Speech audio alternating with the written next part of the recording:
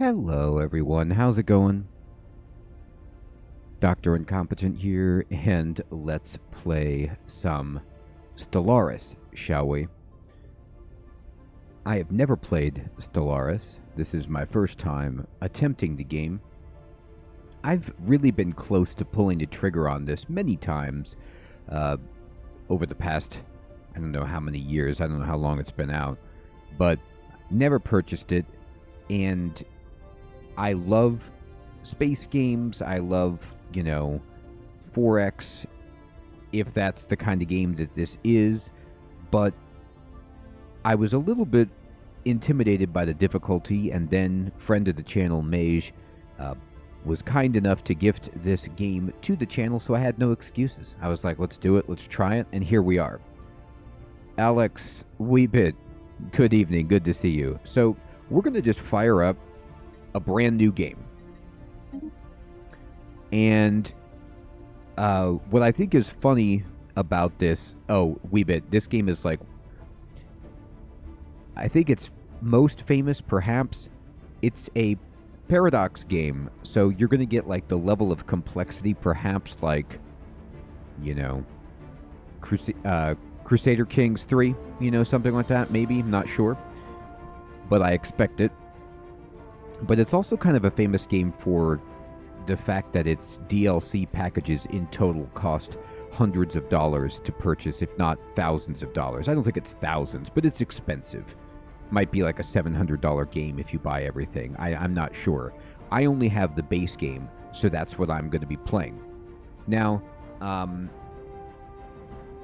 here's what we're going to do. We're going to just start it up. And I don't know if there's a tutorial built in. God, I hope so. But we're going to see what happens. Tenadia, good evening. Good to see you. So I could be the United Nations of Earth, which, Earth is a representative democracy. Well, I guess that's more like the United States is a representative democracy. I suppose that's become the global thing in this game. And there's other options I have here. I could be the Commonwealth of Man. I could be, the Star Empire. Like, there's just, like, tentacle blorgs. There's, all sorts of sweet-looking aliens that you could be. But let's just see what happens if I'm just going to start out with this lady right here. And let's see. So I'm democratic. I have the beacon of liberty. This society is a shining beacon of light in a sea of darkness. Liberty and individual freedoms are held in the highest regard. So I guess we get some modifiers to unity and a decrease to empire size. People are happy. Xenophiles. Isaac, what's up, my friend? Thank you for following. Increased opinion for other species. Hey, Derekai, good evening. Good to see you. This is just the base game, my friend. It's all I've got. And the Fanatic Egalitarian. So, they recommend these... Look at this. We recommend that you purchase these 3 DLCs. Well, we're not going to be doing that right now. We're just going to roll into it to see how we feel. And we'll select them. Galaxy size. I'm not going to change this. I'm going to go medium galaxy, elliptical galaxy shape, 9 empires for the AI. That sounds fine. This game is not eligible for achievements. Why is that? Did I do something? I'm not even... I mean, I guess that's fine. Maybe they know it's my tutorial, but that seems...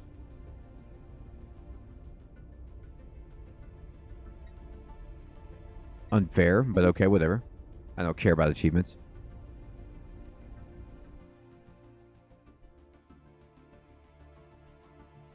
Alright, so they're preparing the game. Okay. The ruler's name is Dolores Muwanga, and our origin says prosperous unification. Much has happened since modern humans first emerged in Africa some 200,000 years ago. Our kind spread rapidly across most of the globe, and soon the first civilizations took form. Scientific progress has been swift, though not without cost. Wars claimed millions of lives even before the atom was tamed, and the turmoil of the 21st century saw the mandate of the United Nations gradually expanded in an effort to create stability. By the early 22nd century, the supranational organization had become a de facto world government. Though some still resent the power wielded by the UN, as evidenced during the Mauritanian police action of '88, few can deny the technological breakthroughs that have come out of its sponsored research programs. With the recent completion of the first true starships, mankind is about to embark on a new era of space exploration. Well, that's exciting. Oh, okay. You can only get achievements if you're an Iron Man. Yeah, we're not ready for that. Okay, let's begin. Good day, Madam President. Hi. I'm Veer, a prototype synthetic intelligence. My job is to offer advice and assistance as we seek our destiny among the stars. Okay. All right, so tell me everything. Full tutorial, please God. An excellent decision. You will have my full support. I hope so. Good to know. Building a star empire can be a daunting task. You're right. To help get things started, I will be providing instructional missions that cover the basic steps necessary to establish ourselves as a successful interstellar power. Thank you. The first mission is to switch to the galaxy map. I have added it as an entry to the situation log. To access it, click on the situation log button in the left section of the top bar, or press F1. All right, so research the situation log. Here it is. The situation log displays a list of all currently available special projects, archaeology sites, and various other points of interest. New items will likely appear as we begin exploring the galaxy. That's great. Well, Derek, I have no idea how we just are going to guide this, space mission, but I'm excited to learn at least how we could do that. So we need to press M to toggle the galaxy map. Okay. And we're doing that. Oh, wow. Look at this. So we did this. We'll need to explore our neighboring star systems. To do this, select our science ship either by clicking on the ship itself or by selecting the vessel in the outliner. Then click on the survey button in the fleet interface while looking at the galaxy map. All right, so let's see how we can, select the vessel. Here's our fleet, I guess. Let me see if I could find the science vessel itself.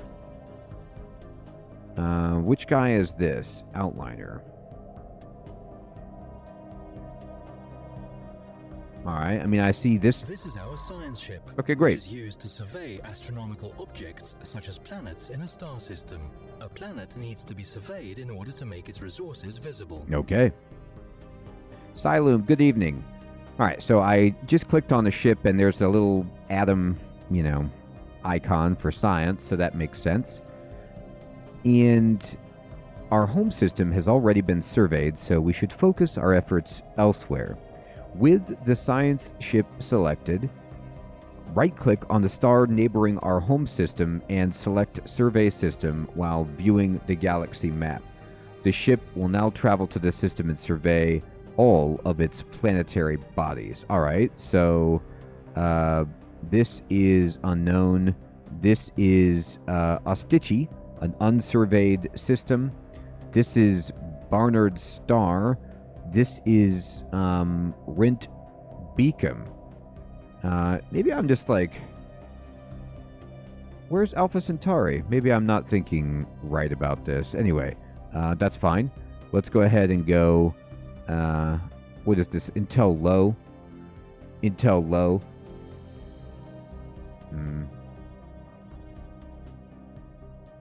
All right, let's go to Barnard's. That seems fun. Survey system. All right, so I did it, and you can see the path there where the ship's going to go survey it. Understood. Building a star ember can be a daunting task. Correct. So he also put something else in the situation log. Let's check it. So we are surveying, but now it says unpause. With a science ship standing by to explore the galaxy, all that's left to do is unpause. To do this, simply press the space bar or unpause the button to the top right. Okay, I will unpause it. So right away, I'm learning something, which is I see a hex right here. Thank you, Derekai. I was wondering about this, which is to say, I thought this was turn-based, but it looks like it's a real-time game that I can pause. I suppose kind of like Crusader Kings. There went my ship. It flew over there. Now that we have given a command to our science ships, it's time to set off. Oh. We will need to unpause the galaxy map simulation before anything can happen. Okay. So I'm going to go back to this screen by pushing M because it looks cooler. And I guess I can go over here to click this to go to Barnard's Star. And in this system, wow, look at this. You know, if you like space imagery, which I do a lot, this is a cool looking game. I love the kind of gassy, nebula and stuff that we're seeing in the background. This star looks a little scary. Fading, good evening. To overcome the vast distances that separate star systems, our scientists have developed the hyperdrive. Good call. This device permits travel at speeds far exceeding that of light between systems connected by hyperlanes. Nice. Travel along a hyperlane is extremely fast, but interstellar movement is restricted along the paths of the galactic hyperlane network. Wow. Safely entering hyperspace is only possible at the edge of a system beyond the destabilizing effects of the star's gravity well. Oh, I don't know if it will be, but we'll I knew that this game was going to be an intellect destroyer. And so I mentally prepared. I was like, you're not going to understand anything. Just go with it. And hopefully by keeping that mindset, I can ease into the game. And even if we crash and burn, it's just the human race. What's at stake here? Before we can expand, we must explore. And our science ships are the vessel of choice for such a task. You can identify a science ship by the following symbol. I see that. You can select a ship either from the galaxy map or the outliner. Is this like a nested, like Crusader Kings? Can I get information on this if I... The word is in orange. I didn't know if I could mouse over it and get information. When they're saying outliner,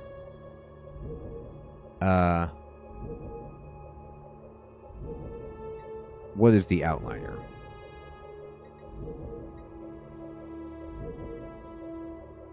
I don't know if that's a part of the UI that I'm just not familiar with, but I was wondering if there was it's a menu option. Oh, okay.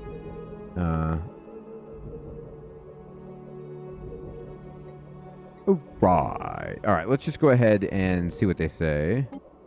So we're going to go to the situation log by pushing F1, and we need to get to our science ship, which this is me. All right, so look at this. We got James Cook, and there's the ship right here. It's selected now. You could see that the path that this ship is going to take. It's going to fly around and check out all of these planets, and here's its kind of weaving route that it's going to take through this. So all you wanted me to do was select it and then select the survey button. I think it's actually already doing that. I thought it was.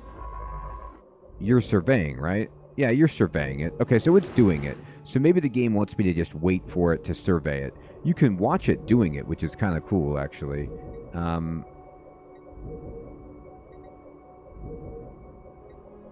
going to just push Q to go to it. Yeah, look, the graphics in this game are really good for, look at the lights. The people on this planet are like, what are these flashlights they're shining at me? Oh, okay, thank you. It's this thing right here. This is the outliner. Thank you, that's perfect. Yeah, here we go. Here's my ship right here. You can see its progress bar filling up as it explores. That's pretty cool.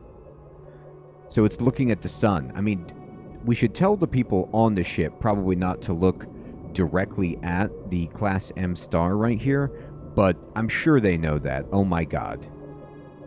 They're blind.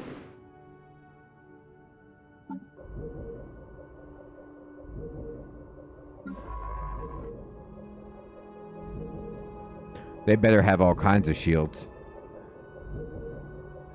I expected the captain was just wearing a pair of Macho Man Randy Savage sunglasses, which are up to specifications for this task.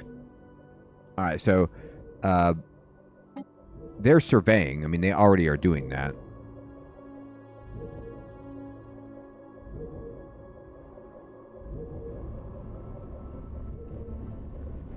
So there they go. Uh-oh, abnormal conditions. I don't need this. As our science ship scans the surface of Barnard's star Aya, it becomes quite clear that we have found something out of the ordinary. Its composition and history provides it with extra materials that we should take the opportunity to gather. You're darn right. We will surely come across even more irregularities like this one as we survey new planets and should not underestimate their impact on our expansion. Intriguing. That's a good response, actually. Intriguing indeed. Alright, so I'm going to just follow this guy, and they're still surveying, which is cool.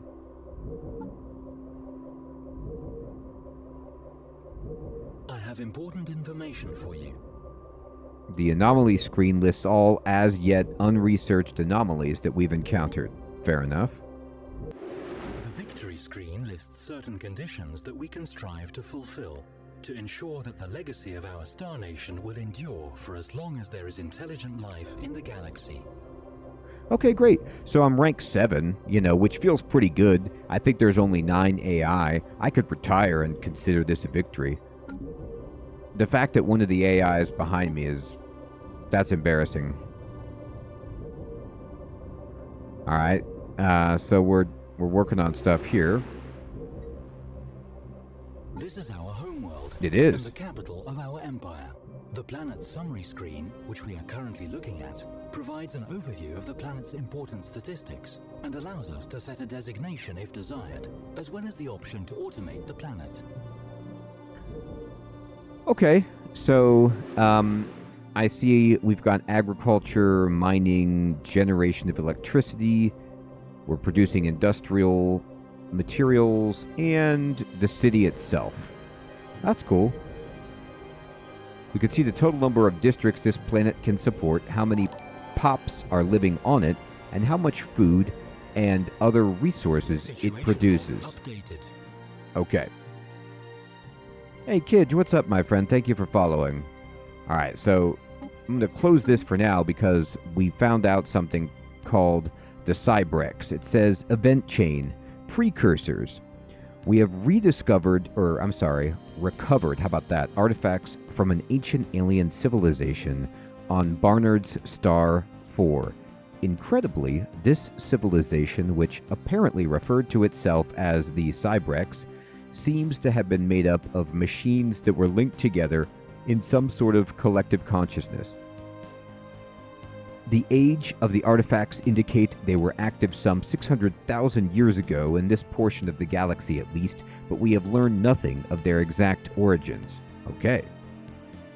According to a partial data fragment that our scientists managed to extract from one of the artifacts, the Cybrex at some point launched a crusade to destroy all sapient organic life in the galaxy for reasons unknown. Uh-oh. Sounds like the Cybrex are a bit of the baddies. Oh, thank you, Kidge. I appreciate that, my friend. I know, Cybrex, I was going to say, what does that sound like? A pharmaceutical? It could be a Neuralink helmet. It could be a really, futuristic bicycle that I travel around on. It's a nice name, except for the whole destroy all sapient organic life. That's tough.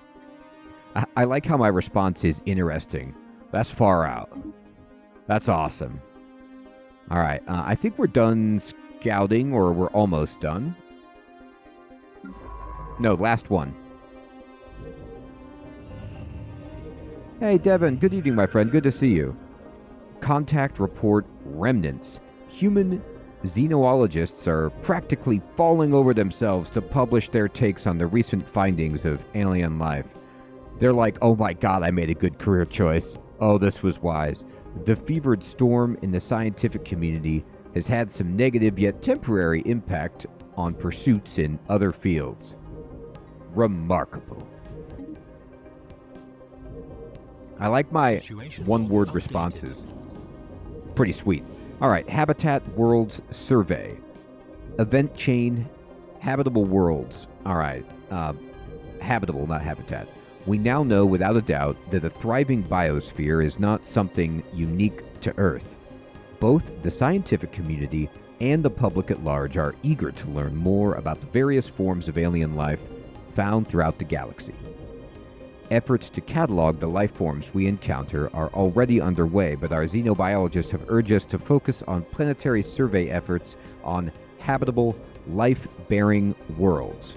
A commendable initiative, so we can begin the Habitable World Survey event chain, or we can just, skip it and gain a bunch of unity. Like, we're staying here. No. We gotta spread it out. And this is a great place to spread it. We found the relics of a collective consciousness-oriented machine race that tried to destroy all sapient organic life, which is us, so we should move in. We should show them. First contact protocols. Our recent encounter with alien life forms has reignited and made suddenly more urgent the old debate on how we should approach contacting any potentially intelligent alien civilizations we may meet. Now, what's confusing about this first contact conceit that I'm getting here is I guess I kind of thought that the hyperspace lanes that they discussed were constructed, but they aren't. They're just there in as some physical pathway that's resultant of being far enough away from the stars that you can travel really fast on, but they're not like gates or anything like that have been built by anyone, because I kind of assumed, given the scope of this, that we had already met some aliens, but apparently not. While some advocate focusing on establishing friendly relations as quickly as possible by contacting them with a message of peace, others advise caution, pointing out that we cannot know whether alien minds bear ill intent toward us, and that would be unwise to let them know too much about us before it is necessary. Jamnuska, good evening. I'm researching nothing. I'm just doing the tutorial, kind of following it along, as I've never played before. So I'm just following what they tell me to do so I can learn the systems and ease into it. Silum, that's my hope as well.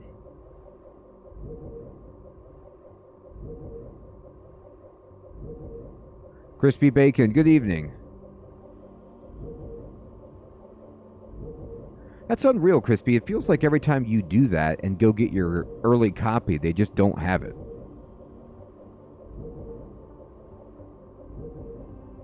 All right. So we should greet the Xeno with open arms. I don't know if everyone's cool with us calling them the Xeno, but I'm okay. It's wise to be cautious. So let's see. This says pacify, or I'm sorry, the policy, the text is a little small on my screen, so sometimes I'm having reading issues because I'm squinting. Policy on first contact protocol is set to proactive. This policy has the following effects. We cannot attack neutral entities. That makes sense. Other empires will find it easier to establish communication with us. We get 50% more influence from each successful first contact, and we speed it up. So there's that. Now, generally, I don't need glasses. This is just a game that had, like, it's the same way with Crusader Kings. There's just so much text that it's teeny. All right. So if we decide instead to be cautious, it'll be hard for other nations to establish communication. Negative first contact events are less likely to happen to us. That seems good. But it says first contact target difficulty +2. I gotta tell you what. We must ward them off. We can't set policy on first contact protocol too aggressive. Yeah, you're probably right. I'm gonna be cautious. I'm gonna be like, yeah, you know, let's not... given the fact that the first relic that we found, nice, Fading. That's a distinguished mark in your optical career, is the bifocal age. So I like the idea of being cautious, considering we just found evidence of a machine race that wanted to wipe out what humanity would belong to. So, Devin, I've played Endless Space, which is a Space 4X, and I played a little bit of, oh goodness, the name is escaping me, I've played Sins of a Solar Empire, although I don't know how much that really counts, but I played another Space 4X recently, but the name is... I'm completely blanking. Trifocal is sweet. Laser eyes also sweet. Let's be cautious. All right, so we're going to be cautious. It's like, all right, you know, we'll let them come. All right, and let's see. So we're going to complete this first mission. The first survey of a star system beyond our own has been completed. We now have access to planetary data that the astronomers on our homeworld could only dream of a mere generation ago. That's right. They're like, oh man, this is great. Now that we have begun exploring our neighboring stars, it might be time to extend our reach. A starbase can be built around stars in surveyed systems to expand our borders, allowing us to claim new regions of space.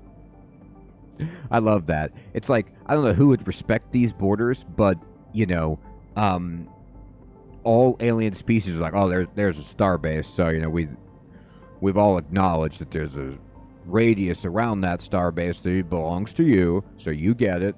Understood. All right, so we've fully surveyed this. With future technology, starbases can be upgraded to produce ships or other resources. For now, their main benefit lies in extending our borders. When we have claimed a system with a starbase, we can build research and mining stations to exploit its resources or colonize any habitable worlds. I love when the verbs that we get to describe our actions are exploit and colonize. You know that you're on a mission of justice when this is, you know, the vocabulary of your directives. All right, sweet. We may want to consider building a second science ship.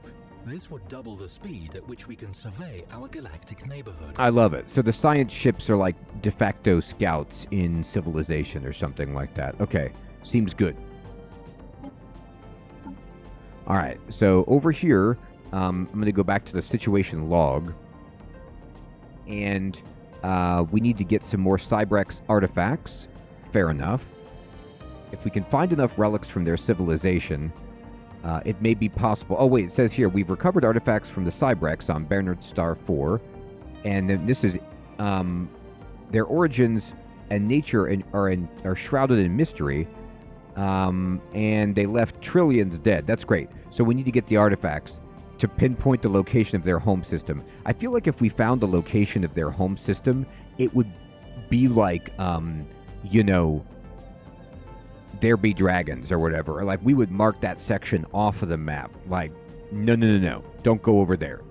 All right, and let's see.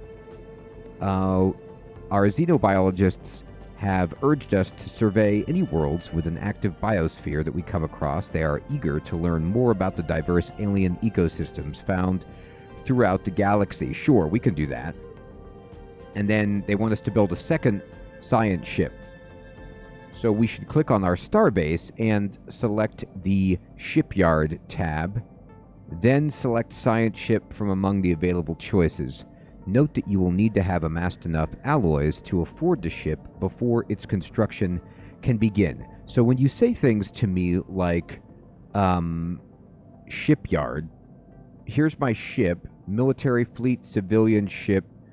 I don't know if... This is our construction ship, which is used to construct space stations. Okay. When an astronomical object, such as a planet, has been surveyed, we can order this ship to build a research station or a mining station to exploit any resources it may have.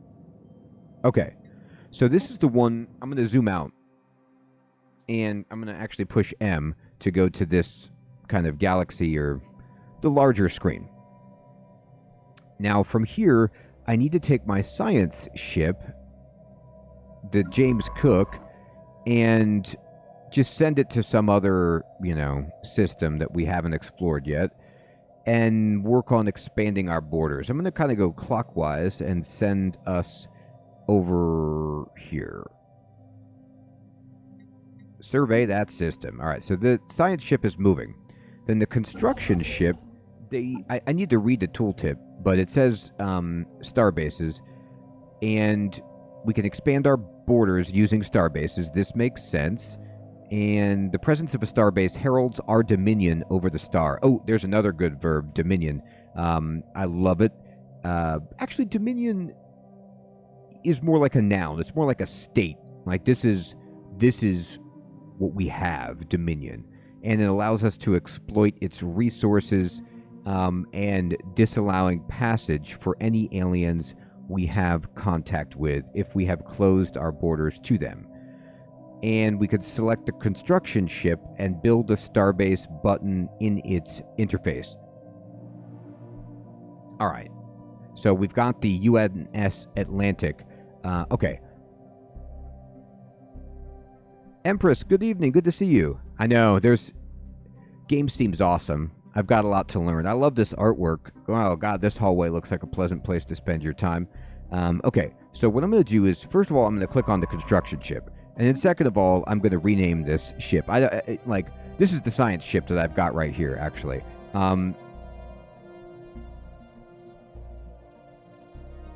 Enough of this United Nations. Incompetent science. Like, we need to know that we're doing incompetent science. That's critical. And then the construction ship.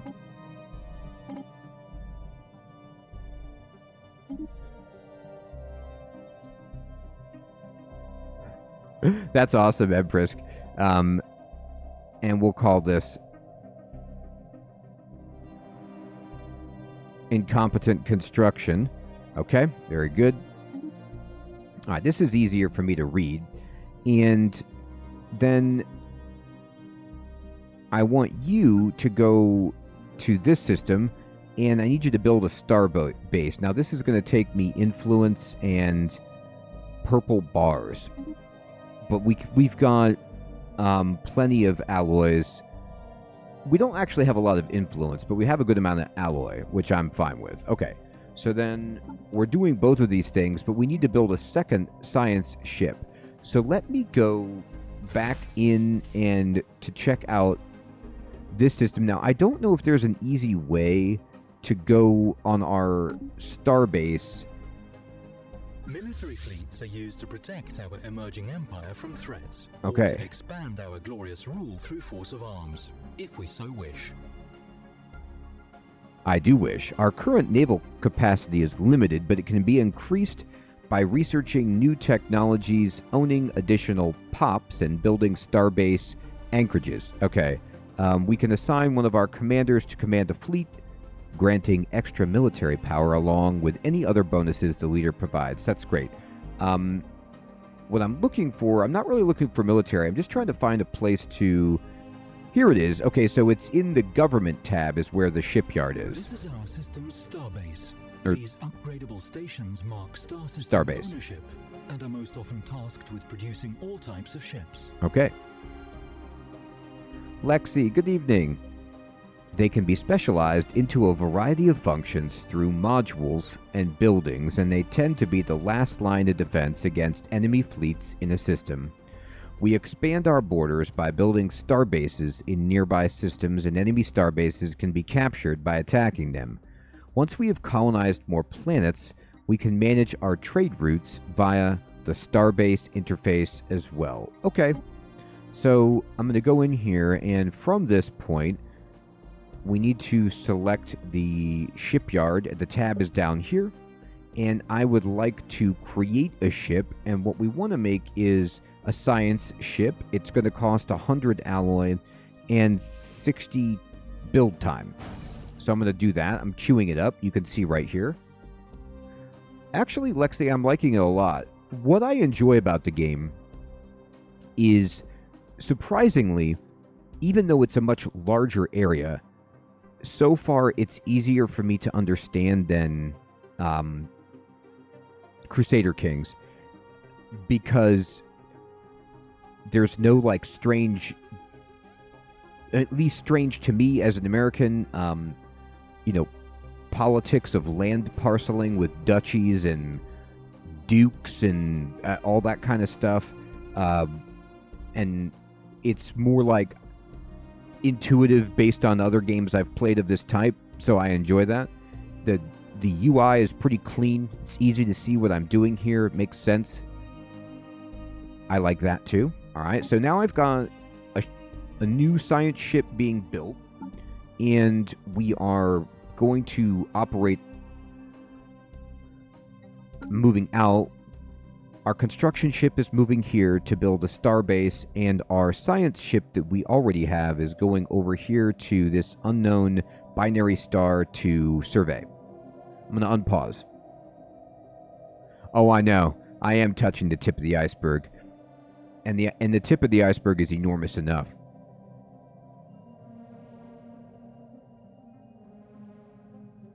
Yeah, look at this. Look how big this is. Oh, dear God.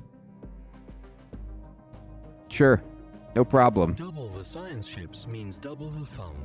Oh, I haven't been this excited since we completed the last assignment. I don't know if I've ever heard anyone or anything say double the science ships means double the fun, but yes, you're right. Uh-oh. We got an incoming transmission. Yeah, that's going to be really difficult, Emprisk. So this is Tendra Zune Conservers, the Stagnant Ascendancy, the Keepers of Knowledge. I could be cool with the Keepers of Knowledge. So, the first contact. Yes, we've all heard it before. We are the Tendra Zune Conservers, and you are the United Nations of Earth. Greetings, well met. Stay out of our space or face certain doom and so forth. Now, if you'll excuse us, we're quite busy. Oh, they're schnobs. That's great. We wish for nothing but to be friends. And they don't care. They care little for our diplomatic maneuvering. We pursue true equality. Do not stand in our way. You will be our friends whether you want it or not. That's the best way to make friends. Is like, you're going to be my friend whether you want it or not. I love it. Right. So, we don't have... I mean, I don't know. I don't know enough about this game. I don't know where anybody else is. But as the Terrans, like, we're just getting into space. We haven't even met other races. So I can only assume that everybody else that we meet, every other species or whatever that we meet, is just way beyond us. So I haven't got a chance to really accelerate. So I'm just going to be like, oh, we want to be friends.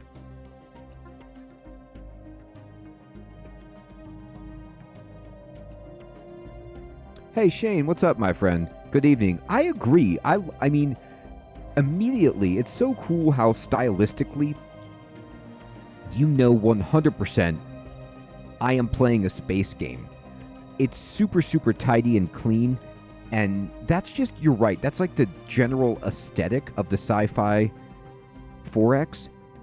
But it's interesting because some fantasy games that you play that are 4X, they have like overly colorful UIs that are not as easy to navigate sometimes, just sometimes. All right, the news that we have encountered intelligent alien life for the first time is spreading like wildfire throughout the United Nations of Earth. I mean, that's not good, right? We don't want wildfire spreading through the United Nations. Our citizens are fascinated by these beings, and the media is full of reports and speculation on their culture and society. Great. I hear that the Holy Guardians from the Stagnant Ascendancy have already opened up a Finstagram account and are just blowing their Finstra up all left and right.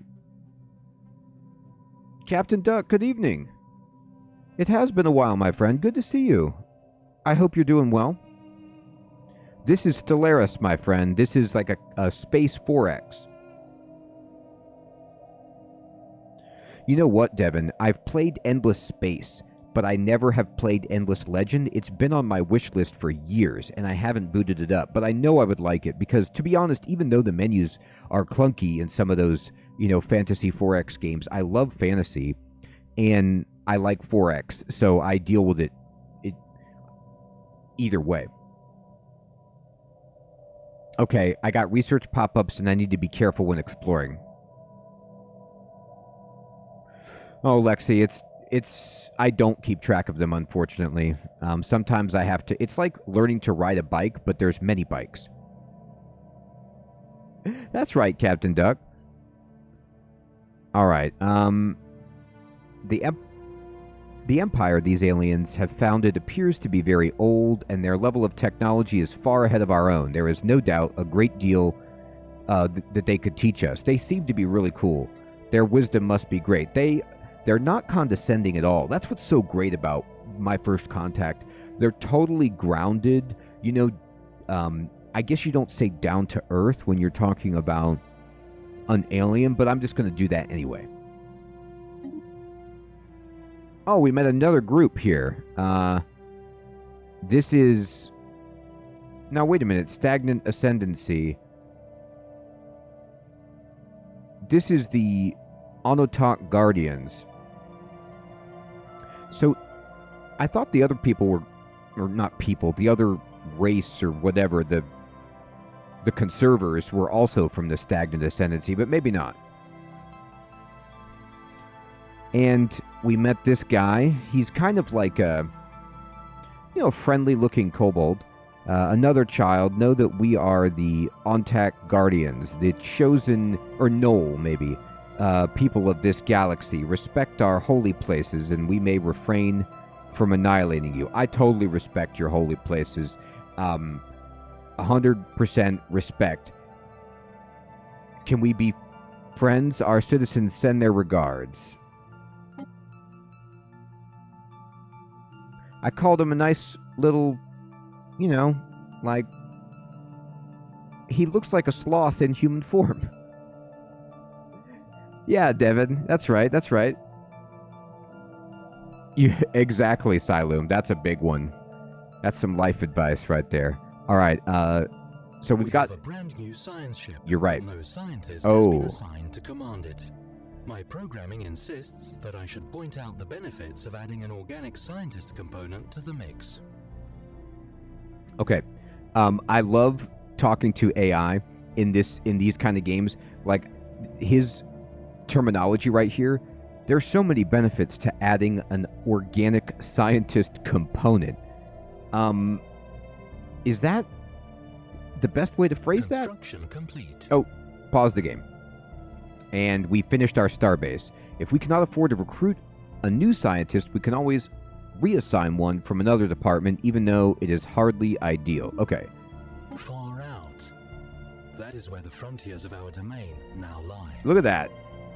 This little, blue kidney bean represent the frontiers of our domain. It is far out. Excellent. As you can see on the galaxy map, the borders of our empire have expanded to include the system where we built our new starbase. One of our science ships has just surveyed a world that would make an excellent candidate for our first colony. It is of the same planet class as our home world. Great. So our colonists should be quite comfortable there. That's perfect. I want to be comfortable there. In case anything goes wrong on Earth, wink wink, I'd like to have a place that's back up. Before we can colonize this world, however, our borders must be extended to cover the systems it's in. So this is accomplished by using a construction ship to build a starbase there. Fair enough. We have made first contact with a different type of civilization. We sure have. One which is generally unwilling to engage in diplomacy with others. That's fine. The diplomatic actions we can take with civilizations like this are limited. However, they may decide to contact us from time to time. Remarkable. We have discovered spacefaring alien entities that may or may not be intelligent. But let's face it, probably are. They are. Their true nature will remain a mystery to us until we complete the appropriate project to investigate them.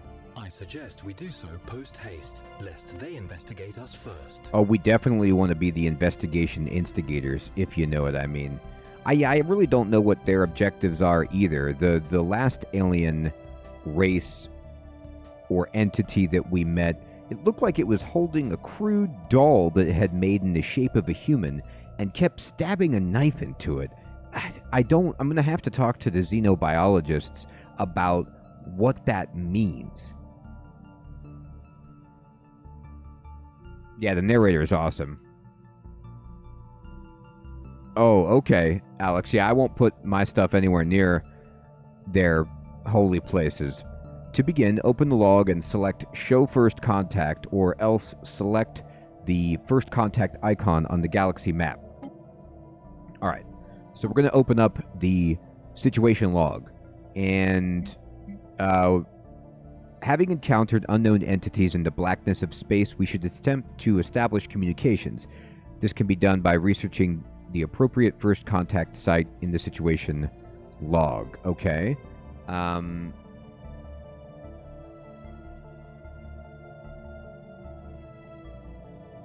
we need to recruit a scientist. We may want to consider recruiting another scientist to command our new science ship. A science ship cannot perform survey missions or research anomalies without a scientist. Well, that's a problem.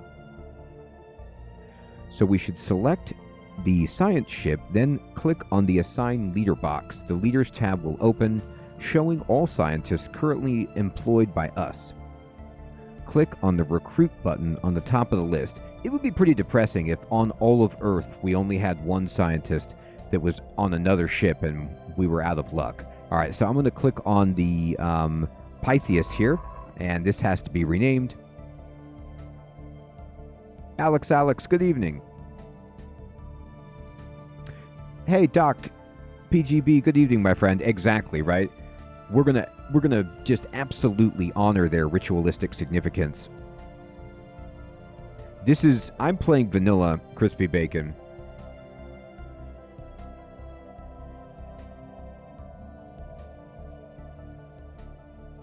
Incompetent Science 2. Alright, and this one, I'm going to select it, and we need to find a leader. So let's see where that is. Return, move, jump, patrol, merge, ship details. Here we go. And this is just information on it.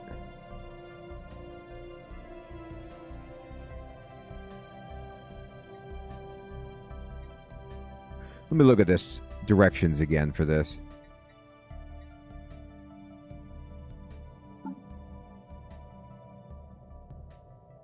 Select the ship and then click the Assign Leader box. Alright, so let me select it again. And look for the... Oh, here it is. I just had to click on the leader itself. Derp. That was smart. I was like looking at all these small buttons. It was the largest one. There you go.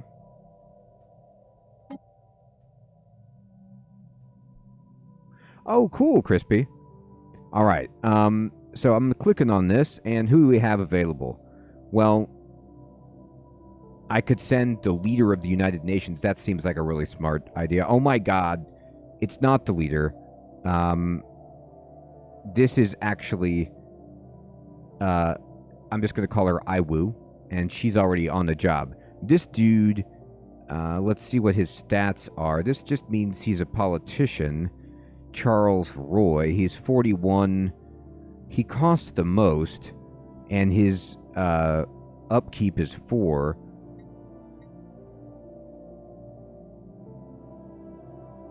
What else do we know about this guy, like, that would... Oh, here we go. Let's see. Per level. Like, what level is this dude?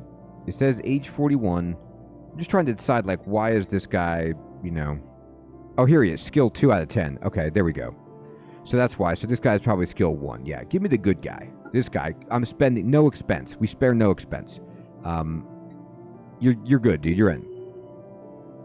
Alright, he joins. Let's discover new worlds and expand our frontiers. You're darn right we should do exactly that.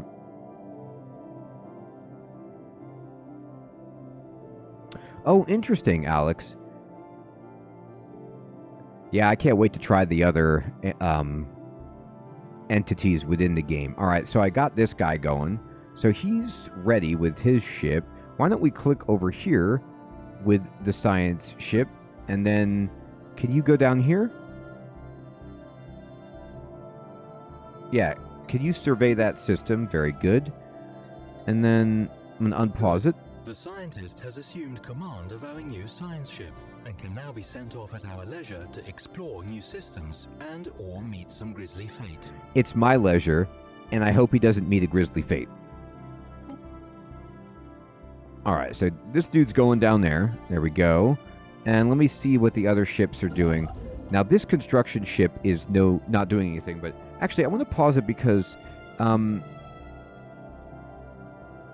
we need to researching first contact in the situation log. But I'm in the situation log, and I don't see anything about, like, you know, what are you talking about?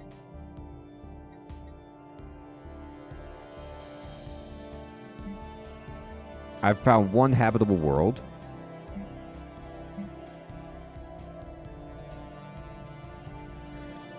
I guess I need to go to the technology screen. Screen is where we will be directing our research efforts. Technologies are categorized into 3 different fields, with each field typically having 3 available research options. Okay.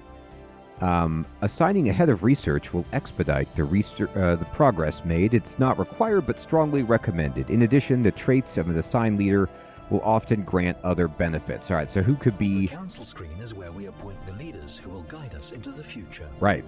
Their personalities and traits will influence our empire for good and bad. We can set agendas in order to focus their efforts in a specific area. Makes sense. A counselor can be assigned or replaced at any time, and they can always fulfill a separate assignment, like piloting a science vessel. Oh, that's cool. So they can be, yeah, you know, just like they kind of do a Zoom call if there's a council meeting, like a, you know, Emperor Palpatine hologram-style Zoom meeting. That makes sense. The one exception to this is the ruler. Agenda progress is dependent on the counselor's levels, our empire size, and in certain cases, the counselor's ethics. At its end, an agenda can be activated to convert its working effect into a more powerful one and to make room for a new agenda. Legitimacy indicates the population's opinion of our council's ethics. If a faction's ethics are unrepresented in our rule, their happiness may decrease. All right, so we've got no agendas. Let's just click on Understood on the head of research. And who can we promote? Well, this dude, we were already using this guy, and his trait is he's a politician, so he boosts agenda speed. Some leaders boast counselor traits, often more impactful and with far-reaching effects. These only become active if a leader is on the council. Council positions grant inherent effects. The higher an assigned leader's skill level, the stronger those effects will become. Sure, that makes sense. Okay, so this person is already part of our employ, and I'm going to go ahead and say Mustache Man is on there. All right, so we got Mustachio here as the head of research, which is good, and we're going to kind of close this up. I need to go back to the research screen, which is F4, and we need to select research. And I was trying to find, no, society, where's first contact? Maybe I'm not in the right place at all. I think I jumped ahead. So I'm okay with what I did there, but so this says we need to establish communications. This can be done by researching the appropriate first contact site on the situation, in the situation log. So where is the first contact site? Okay, is this what you're talking about? You want me to go here? Oh, I see. So I need to go here to research them with one of my science ships. Okay, so then let me click actually on this vessel and send them, like, way out here.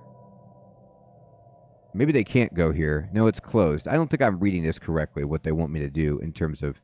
I'm going to leave it like this, and we need to explore this anyway, but...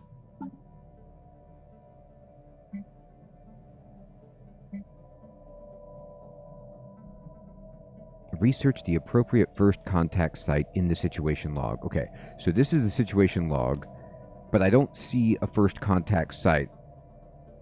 Okay, Empress. Yeah, I won't go there. We don't want to get blown up. I'll just keep where I am at and let them go. Now, they did say something about building a star base where there was the habitable world. But I can't remember where they were telling me where that was. Empire has reached a new skill level. This will improve upon the bonuses they provide and grant them a new trait. Okay. As life and leadership takes its toll, most leaders will inevitably sustain negative traits. It's only natural to replace leaders who no longer benefit our empire. That's hilarious. Like, you would think that they would get better. Like, no. We actually get worse. So here's this exploration we're doing. There's our empire. Okay.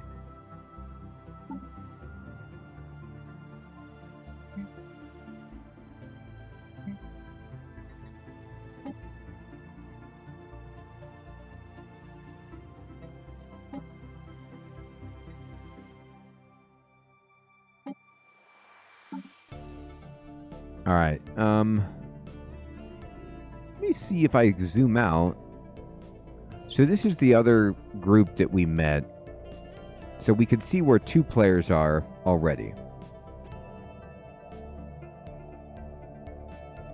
All right.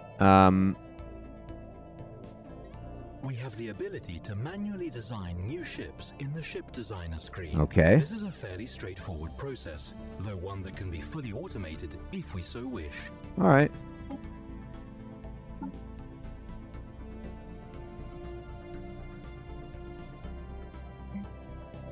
To create a new ship design, go into the ship designer by clicking on its associated icon on the top bar's drop-down menu, or press F9. Click on the New Design button and select Corvette when you are prompted to select a hull size. The next step is to pick a section for the design by clicking on the No Section button at the top of the window. Corvettes are the smallest type of warship and are made up of only a single section, unlike larger vessels. Sections determine the amount of weapon and utility slots on a ship. Pick one and then start filling up the available slots with components. Make sure that the components do not exceed the power output of the reactor. A ship's power supply cannot be in the negative. Oh, okay, thank you, Empress.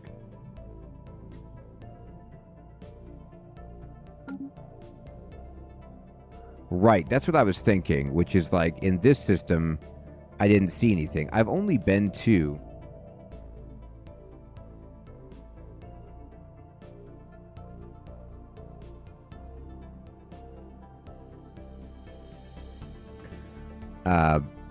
this, I've only surveyed this place, and we have our construction ship and we have our starbase here.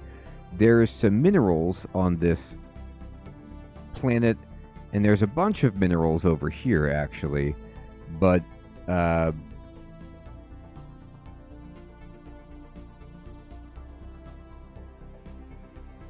going to keep just like, there's a lot of stuff going on, but I'm going to try my best to keep with the tutorial.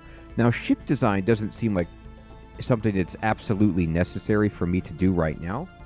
In the Fleet Manager, we can create templates for our military fleets.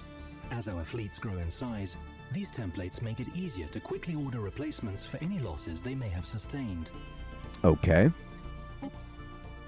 So, I guess we can, there's this Corvette down here, and we could copy the template, or we could add a ship that's a Corvette, and,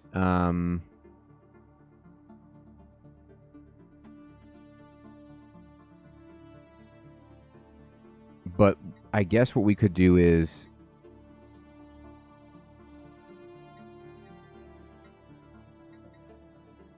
choose design. It says auto best. Oh, I'm making way more than I meant to. Oh god. No.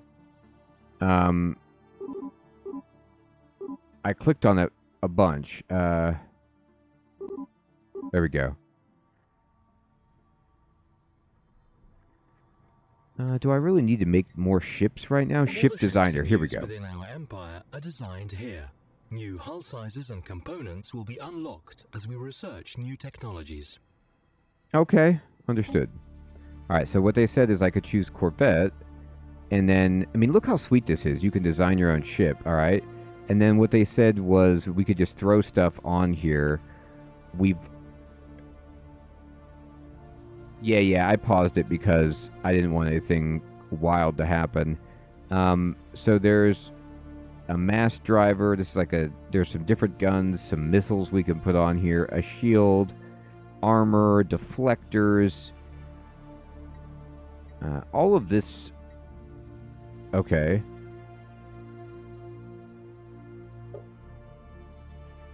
Add component. Select a component and place it by moving it into an available slot. Alright, I've got a red laser, nuclear missiles, and a mass driver. I could put a reactor booster on there. And then I could make it an interceptor that has 3 weapon slots and 3 small utility slots, and then whatever this A means. Or I can make it a picket ship. Now this is fine. Interceptor is okay. And then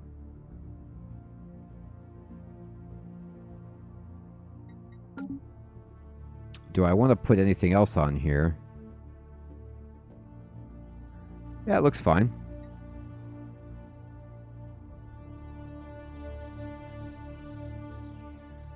This is the Incomp interceptor, I suppose. We'll save it. Good job. The ship design has been added to our database and can now be produced by a starbase that has been equipped with a shipyard. You're darn right it can. Alright, I'm going to close that up. Hey, tea tree. Yes, it is, my friend. Yes, it is. Alright. I'm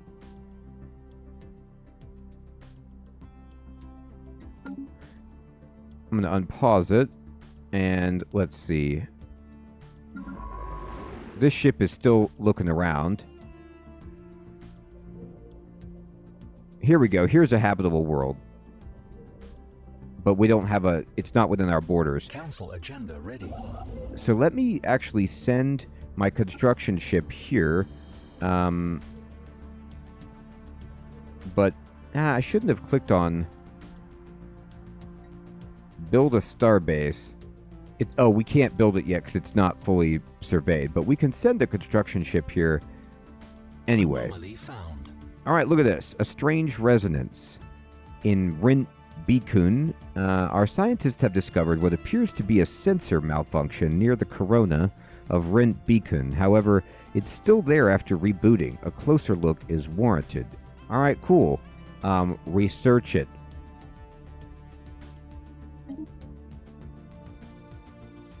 Procrastinator, good evening, my friend. Good to see you. Alright. So, this ship is coming in. And we're just kind of waiting for this system to be fully surveyed. And there's really only one stop left after this. So we're almost done. I guess I could speed it up.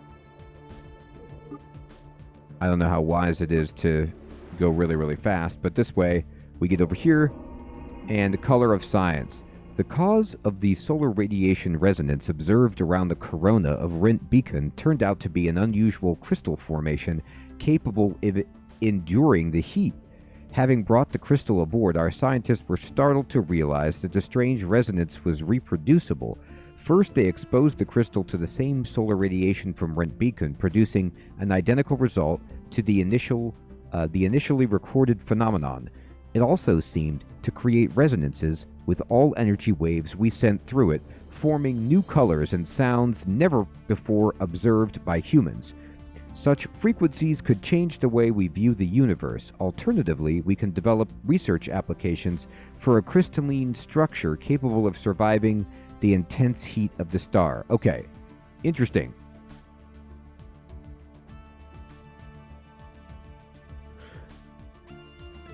So, I mean, think about this. We could... Oh, great idea, Lexi. We could give it to our artists, and if we do this, it adds 4 science to Rent Beacon, and for 50 years, there's 10% more unity. Or we can harvest it, and we get blue lasers, and we get a 60% boost to blue lasers. I mean, blue lasers sound really good. But I'm going to go ahead and do the artists. We got to talk, like, they got to just get into the crystals, man. I love getting into crystals. We're all about crystals. All right. This construction ship is just waiting for this to finish. Now, I'm going to pause the game because it says council agenda ready. And I don't know what that means, but let's launch this. This is called Infinite Opportunities. So if we launch this, it takes 185 months.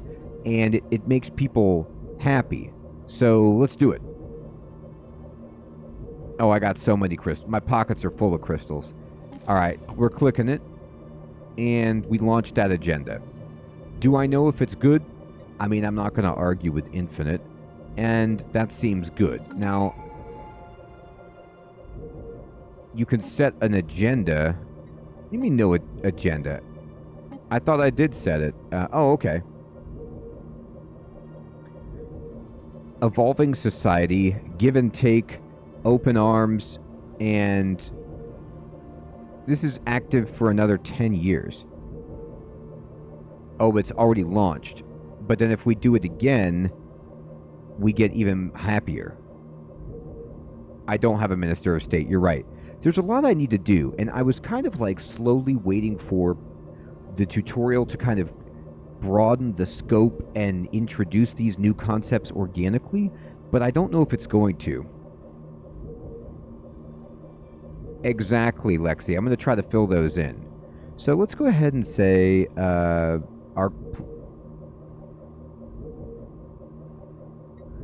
So if we do, like, for example, evolving society, it boosts our unity. This would boost our approval and open arms.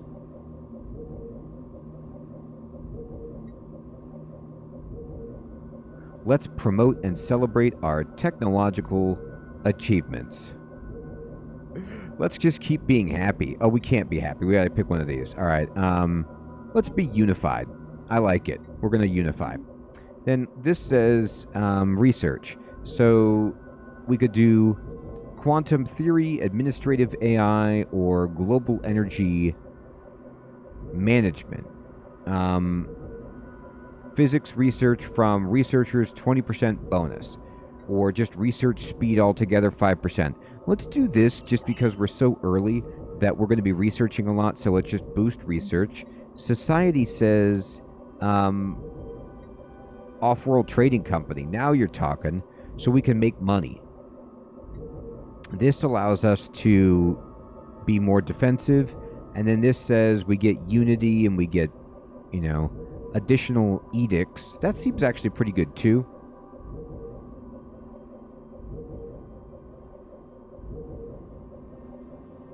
Here we go. Yes, Procrastinator. I've never played this game before. I started it up for the first time this evening. I'm going to click on that. I want to unify. All right, here we go. Engineering research. So we could get... Let's do researchers. There we go. Okay, good. And traditions available. We have enough unity to adopt a tradition. All right, what's this mean? The tradition trees available to our empire. A tradition tree must first be adopted before any traditions within it can be unlocked. Okay. This is like the religion element from Civilization, almost, it feels like. Adopting a tradition tree or unlocking a specific tradition costs a certain amount of unity, and the price goes up as we unlock traditions and our empire grows. All right, let's select one. Click select to choose your first tree. Okay, so select. And we can go adaptability, diplomacy, discovery, domination, prosperity, mercantile, harmony, expansion.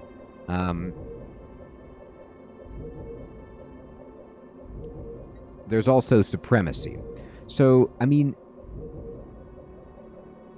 I like the idea of being adaptable, just going with the proverbial flow. So if I adopt this, it'll cost 300 unity.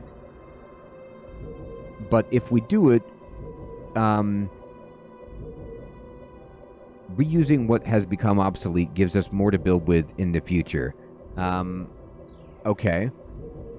So, building these districts reduces upkeep, and then this says, by adopting to different environments, we have learned to evolve, and so this increases habitability.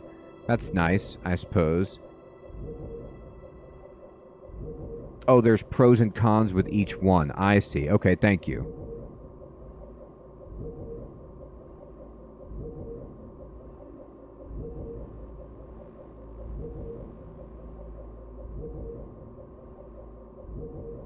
So this means, like, we do less with orbital bombardment, but we can defend better. I like that. We get an extra building slot. And resettlement. Appropriation. Land that is not being worked contributes nothing to our empire. Workers must be relocated in an efficient manner to those planets where they are needed most. Oh, wow. Okay.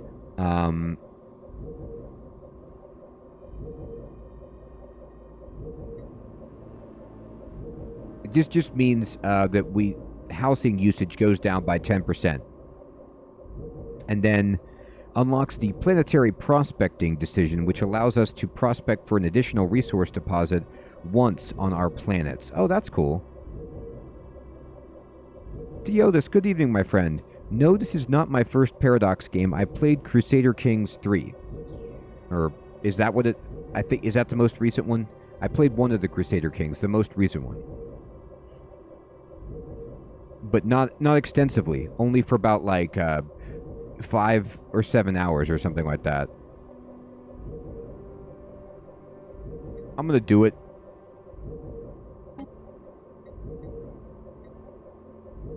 Yes. Alright, good. So we're adaptable. Fantastic. Oh, we can... I guess we can do another one?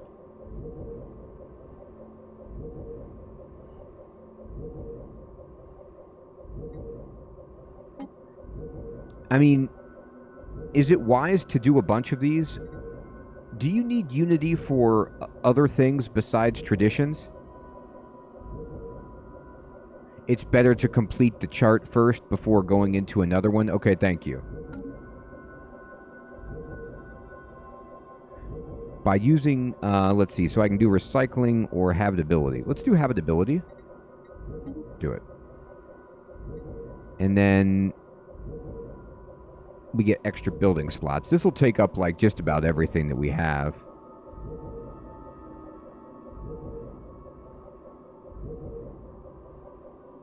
I'm going to take the first of the tree here. There we go. And this says a council position. Right, we need to get the Minister of State. So who can we promote? Oh, we have no... That's what Unity costs. So we can't fill this in because I spent all my Unity. Touche. We're going to need to wait for that to fill up. Okay. So we're almost done surveying Sirius 5. And then this should let us build... System survey complete. Done. So now we can click on the construction ship, and hopefully we can build a starbase here. Do it. And then we're going to select the science ship, and following Lexi's orders, we can just queue up some places to explore, I suppose. So we can be like, do this, and then...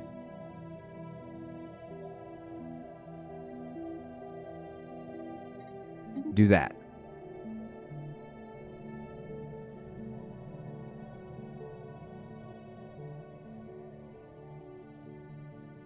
Okay, thanks. All right. Don't go over here.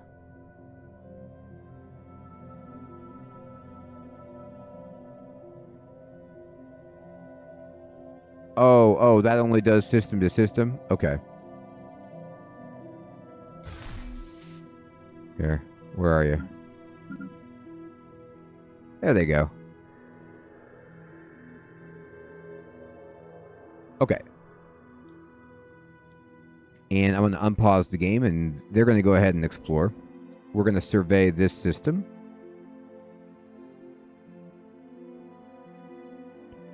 System surveyed. You're darn right it's been surveyed.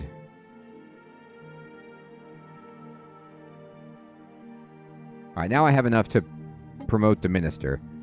So, let's think about this. I'm going to pause it.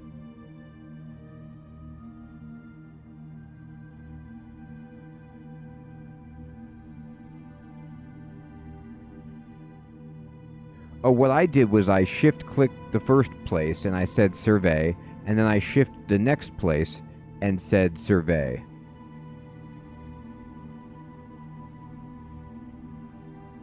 So, like, I surveyed the first system, and then I shift right-clicked on the next place. Okay. So, let's think.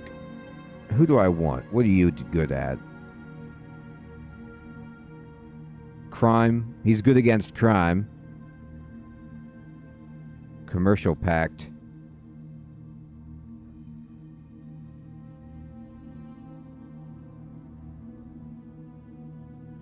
Give me the crime, man.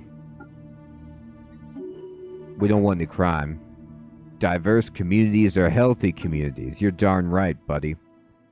All right. I like your attitude. Okay. Unpause it. Construction complete. Okay, great. So We now... shall now be ready to extend our great civilization to a second world. You're darn right. This will require the construction of a colony ship. Okay. So, we need to build a colony ship. The time has come to colonize another world. You're darn right it has. First, we will have to build a colony ship. These ships take a long time to build and require a large amount of alloys, food, and consumer goods, but a thriving colony will more than return on this investment. Click on your starbase and select the Shipyard tab. Then click on the Build Ship button and select the colony ship from among the available choices.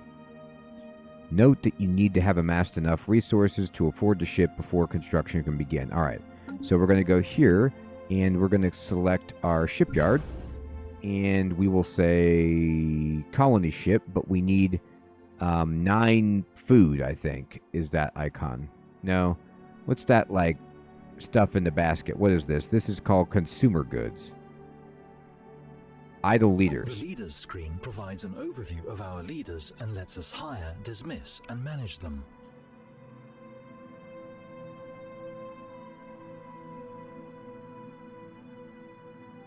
Okay. A leader's class determines their possible assignments across our empire and what position on the council they can undertake. The leaders available for hire will periodically refresh. We should remember to keep an eye out for new prospects. We can support only a limited number of leaders.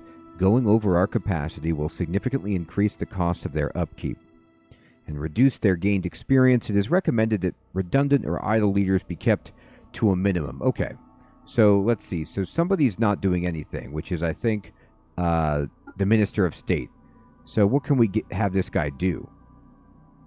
Got to give this dude a job.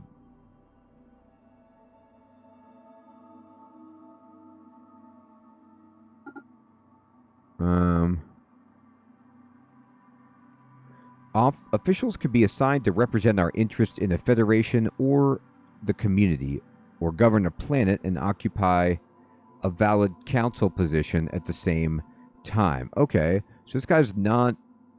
maybe we could make him, you know, the governor or something.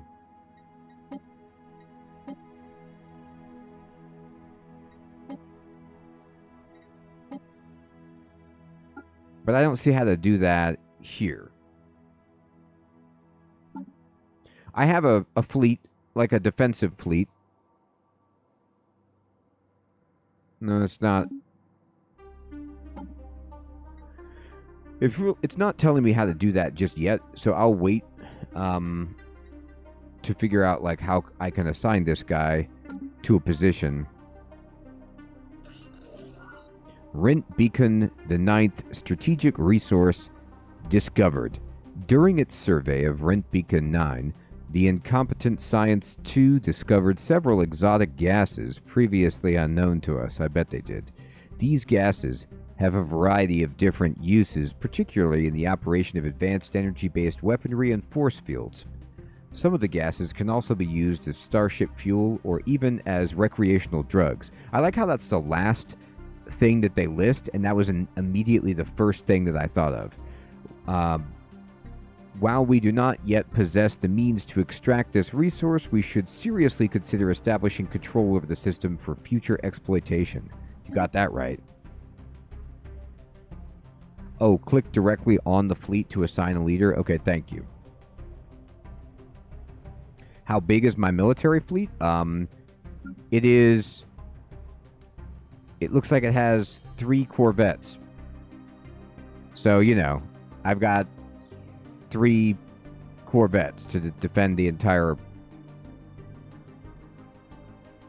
everything I've got. Seems like exactly the right size. Alright, so what we want to do is... We haven't finished scoping this out yet, but I'm going to send my construction ship over here. More? Okay. So let me go to my shipyard then. I want to build a colony ship, but I'm waiting for the consumer goods. I'm almost there.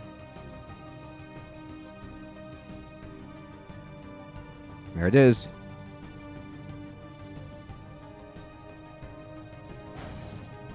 We got humans going. Alright, so we can build some corvettes. We can make some incompetent interceptors. Let's make like 1, 2 more of these. Alright. And let me check out my outliner. You could see that... Oh, if I select the fleet, you said I could just put a leader on. Here, maybe it... Like, what if I select the planet? And, so this is the official right here. I wonder if I can... I'm trying to go colonize over here. Can I select somebody to be like...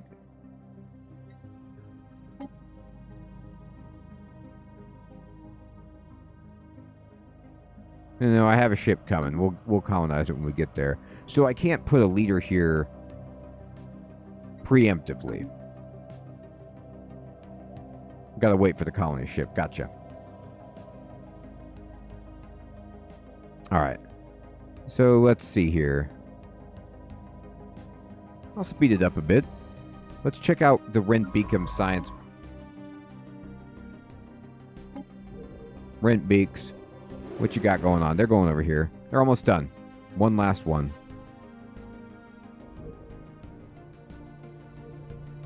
This is the world with the exotic gases. We get extra science if we build a research station to orbit to collect this science. All right, system survey complete.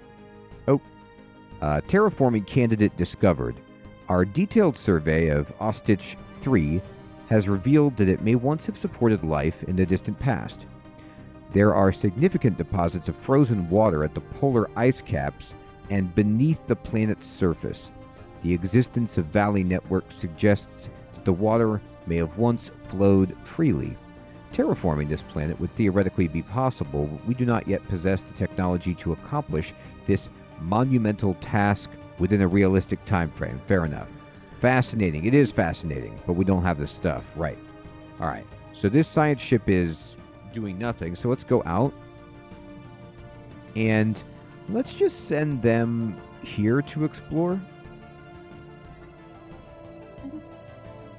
And then there.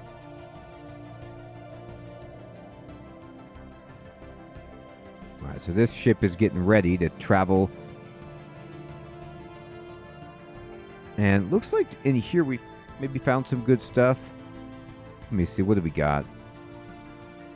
Oh, we are at Alpha Centauri. The colonists have all been transferred to the new colony ship. Oh, great. The captain reports all systems go.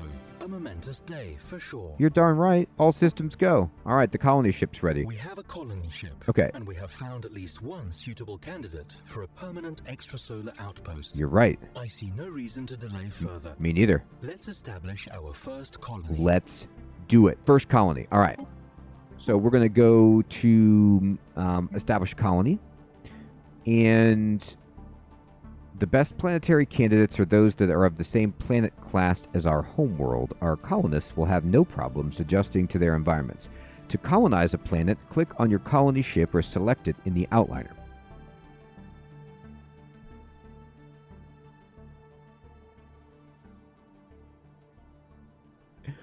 I know, Devin. They're like, oh, this is the best planet. Who doesn't want to huff ether? All right. Note that you can only colonize planets that have been surveyed and have no anomalies. They must also be located within your borders. While you can choose to colonize low habitability planets, doing so can be very expensive. Well, I'm doing this empire on the cheap. So let's take the... I love how they call it the Mayflower. First of all, no way.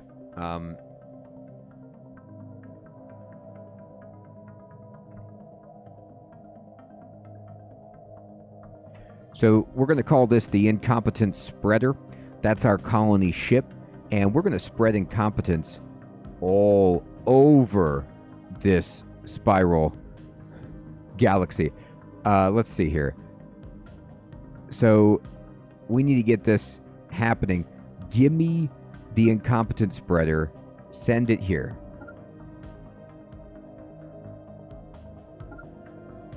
Go.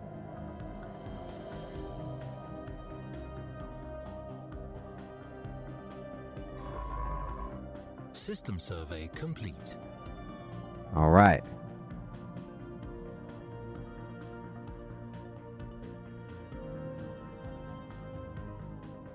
All right, so we finished another survey, and we're hitting... There's Alpha Centauri. I was wondering where it was. Okay. Let's check this out. How are we doing over here? So, if we built a research station, we could get some stuff. There's a bunch of minerals over here. They're going to be everywhere.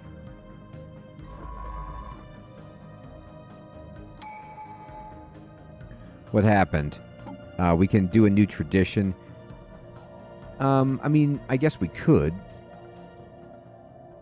But they are not lying. They get more expensive as time goes.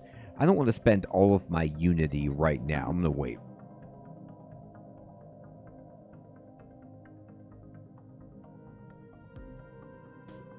Oh, okay. Empress, that makes sense. All right, let's see here. So when you're zoomed out, it's really interesting to think about it, but it's almost like each, small solar system shows the net resources generated from the hex.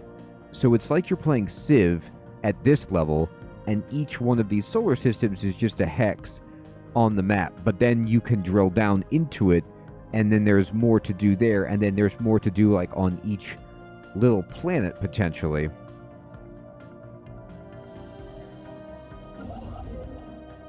Can you build me a starbase here? Hit me.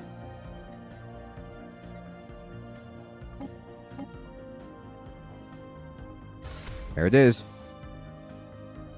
All right, they're doing it. And colony ship, where you at? They're moving. Okay. All right. I gotta say, this is my first time playing. I know I'm so small that it's easy to control, but I just love how, like, over here in the outliner, I see all of these little progress bars filling up, and then, you could see stuff down here filling up. It's cool to see all this stuff happening. How are we doing on research? 7 months left here, 12 here. Okay.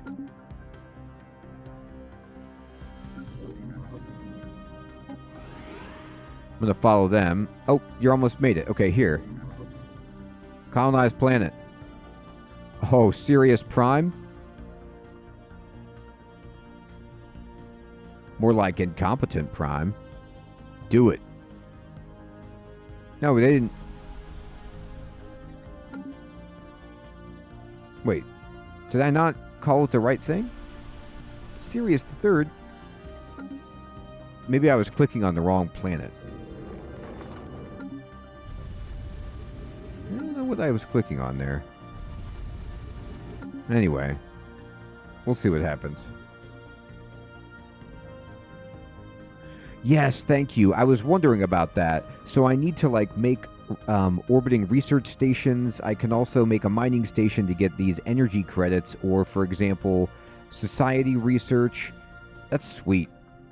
Really interesting. So it's like building workers in civilization. Okay.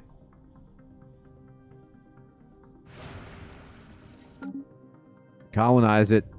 Congratulations on having colonized a new world. Our colonists are now in the process of building their first settlement. Great. But it will take time for them to become self-sufficient. The colony will be a drain on our resources until the first settlement has been completed, so take care not to colonize too many planets at once. The first human colony.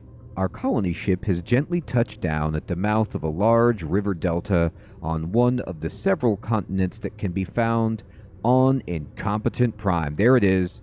Crab, good evening. Good to see you.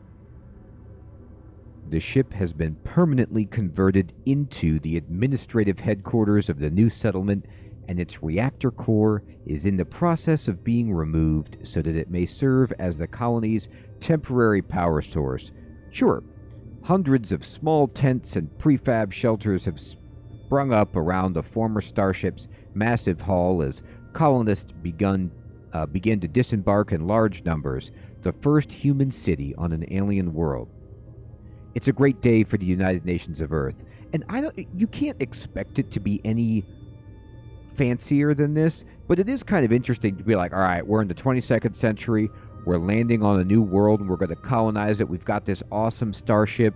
All right, we're going to be living in tents, and here you go. Like, that's... Like, I don't know what instant technology I'm expecting, but it just seems not very glamorous. Okay.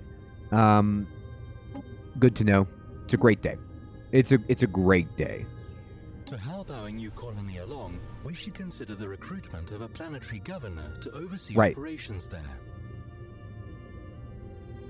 That's what I want. Inflatable bounce houses. I mean, that's a huge step up. I didn't see that as a research option, but I would spend all of my resources to do something like that. Research complete. Okay, we did some research. Let me pause it. We finished administrative AI. Good. Google Bard has been researched. By the way, complete side note as I say that, I'm sure you have all seen this, but did you see that Google Bard has been rebranded to like, it's got some other name now at this point, and I don't know why. Like, did they not like the name Bard? They're like, it's too old school. Like, you can't reference Shakespeare with, you know, a AI. It's got to be like more futuristic. But anyway, so it's got a new name. Now, we're getting a boost to our research, which is great. Let's do a new research. And, ooh, this boosts our survey speed. This helps us get a fusion reactor. And then this helps us get the old blue laser, baby. So we can blow stuff up. I'm going to go ahead and do the survey speed. Now, I want to actually assign a new governor here. Which would be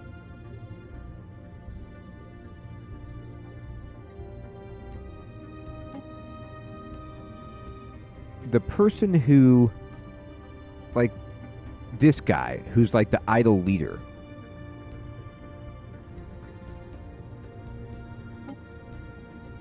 So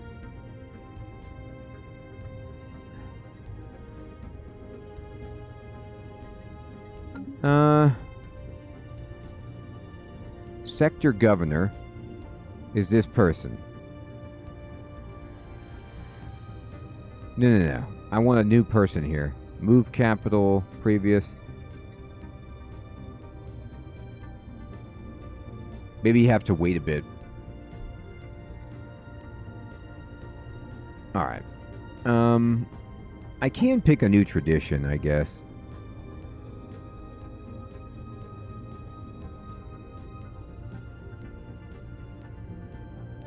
We'll go for survival of the fittest. So we have a little bit more defense in case anybody wants to come attack us. I'm going to zoom out. And let's see here. The construction ship is down here. Now, I'm going to check it out because... no, go to the construction ship. I think we were trying to... Did we finish the starbase? We did. So let me click on them and say, you know what we could build here would be the research station to get a bunch of extra research, because we have 4 extra. So this would take 100 gems. How many? Oh my god, I have so many of those. Yeah, give me that. Put it there. I need more construction ships. Look at all the places I need to build construction ships at. All right, so go to my fleet. Did you finish? Let me go to the shipyard, actually. Are you done? Yeah. Hit me with a construction ship. And then... I don't know, like, I'm new to the game, so if you guys could offer any advice, like, how many science and constructor ships do you like to have, like, early game? Do you scale that up? Do you like to keep an even proportion of those? Is there a best practice for, like, how much you want to be out there surveying and then upgrading the systems with constructor ships? Because I feel like I don't have enough, but then I don't want to overbuy if it's not that important.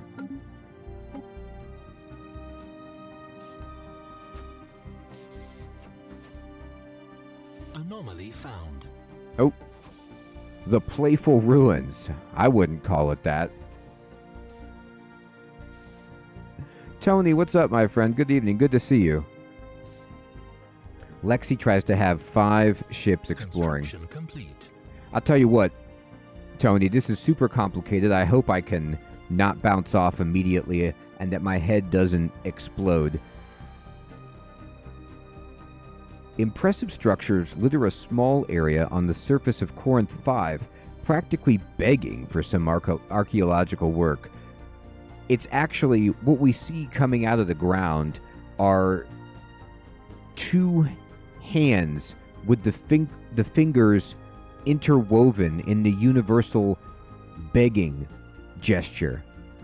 We've got to do some work here. The current scientist finds this anomaly routine, so it will take it more to research. Look at this. They're like looking down their nose like, whatever. Can I change scientist to somebody else? Now, this guy's like, I'm already doing something. Okay, fine. It's going to take more days. Do it. Oh, okay. So let's see. The anomaly, construction complete, idle leader, mining district. Oh, yeah. Okay, it says this planet has unemployed pops that will not automatically migrate to other planets, which could be put to work. There aren't enough jobs? Is that what's going on? Worker unemployment. Oh, because there's no valid auto-migration destination. Can I just tell them to go to my other planet? Maybe it's not finished yet, so they can't go there. Hey, Kenny, what's up, my friend? Thank you for subscribing. Maybe, like, I can ascend the planet. But I don't want to do that. But I was just wondering, like, can I shoot these people off to the... Maybe it's not done. I can add more buildings. Well, I've never done that before, but sure.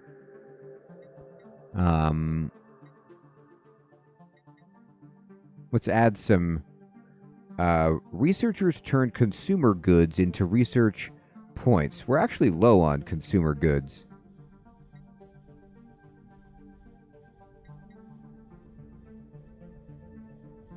All they do is, like, turn consumer goods into things. But I'm I don't have very many consumer goods. Can I make, something that produces consumer goods? Here we go. Artisans turn minerals into consumer goods. Now you're talking. This. And...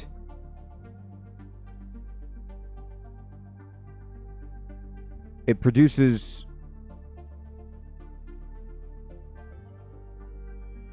hopefully that makes jobs for people. Let's unpause it and see if it does.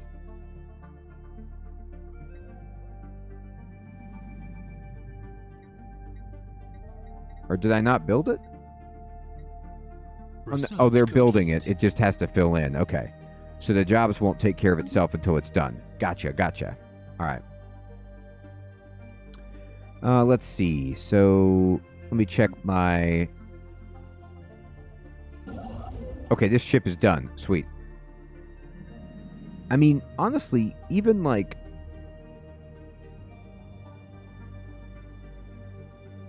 it's collected by research station. Is this my research station? Okay, so in the tutorial, they already have some buildings listed, or some things upgraded for you. We could acquire this with a mining station, but I think the best play I've got right now is over here at this system. This is 6 minerals, so let me go take my construction ship that's like doing 0. The Ganges? No.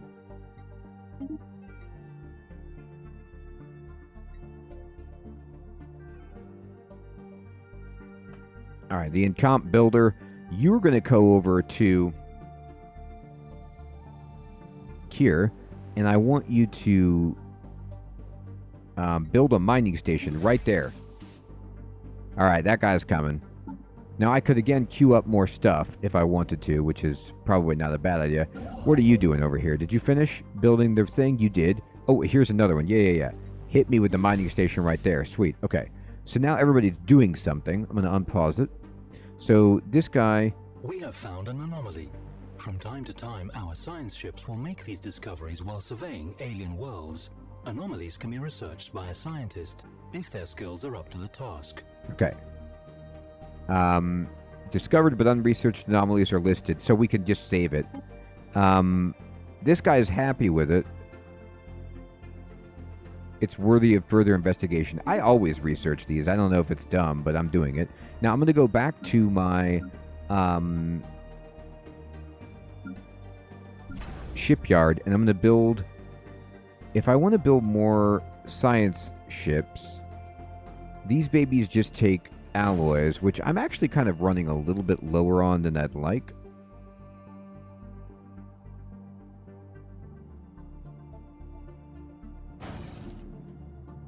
So I'm going to build 2 science ships and 1 more explorer for now.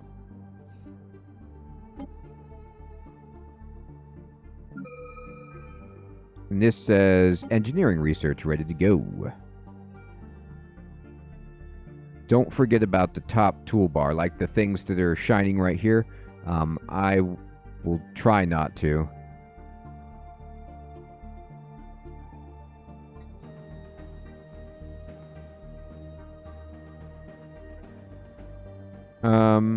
Let's do improved hulls.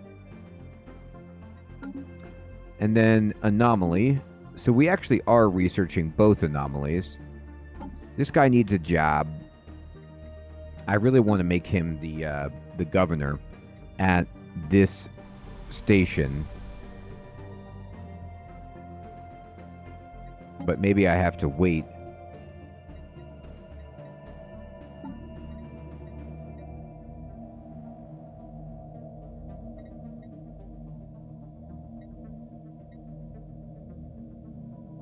Oh, thank you. It just has to finish colonizing. Okay, I was like, why can't I? So that governor that's installed currently is just a temporary governor while we finish unpacking the ship, basically. All right. We can do another one of these, which is cool.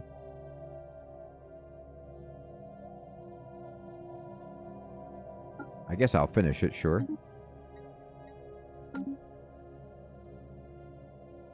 And the science ship, where are you at? Here, it's done. Okay, good. Darwin is actually a pretty good name.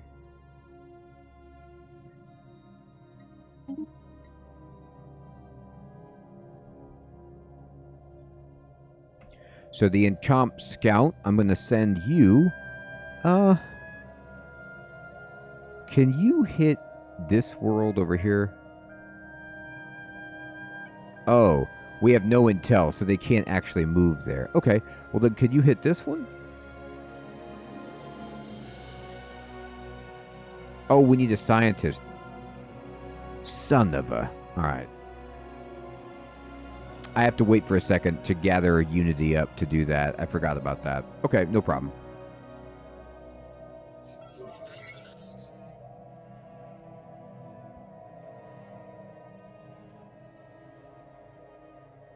Devin, I love Stephen Jay Gould. I think I read a good bit of that one. He's a great science writer. Proxima Centauri b. For as long as we humans have been able to look to the stars for new homes, Proxima Centauri b has been a naive dream. A place we would look to with optimism, a new home. Sadly, as our telescopes got better, we realized that the planet would probably be a tidally locked frozen hellscape, a theory which we have confirmed today. They sent somebody, they basically opened up the doors of the spaceship, and they sent one person in, and their dying words were frozen hellscape confirmed, as they were swallowed up by the planetary walk that they attempted. But that's real science, and that's how we have to do it. Like, we can't just theorize about what the planet would look like. We got to send somebody there, and that's happened today. There is hope, however. This world has all the building blocks necessary for a habitable planet. It just might need a slight push. Thank you for inspiring us, or... These are the same things. Another exoplanet added to our growing list. Complete. Okay. And we got new society research going. I mean, I feel like we need the hydroponics farm with the gas operation that we've got going. But let's just wait a minute. Oh my god. Can you imagine? Would there be anything more terrifying than if you were exploring planets and you found an abandoned alien amusement park. Like, abandoned amusement parks on Earth are terrifying enough. The structures on Corinth 5 are not as old as we first believed. It seems to be a playground or amusement park of some sort. Science Officer Anant Swanashe Iwu notes that many of the contraptions are highly complex creations that we can learn much from, and that to the builder's alien eyes may have been a cutting-edge sensor array or even a gigantic art installation. Regardless, to us humans, it looks mostly like a place where you would take your young and let them amuse themselves. So I played, yes, Devin, I played one of the Caesar games. I think I played Caesar 2, maybe. I'm not sure exactly which one I played, but it was like an awesome city builder where all I remember is growing a city and then having fires and waiting for like people in chariots to arrive and put it out.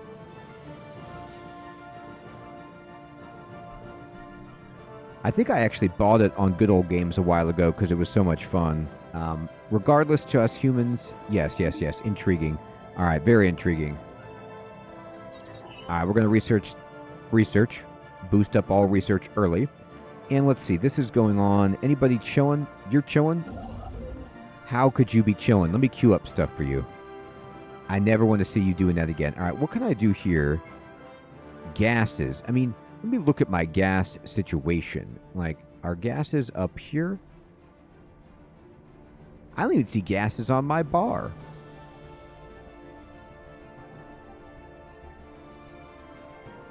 Rare and exotic. Okay. Well, we should get them.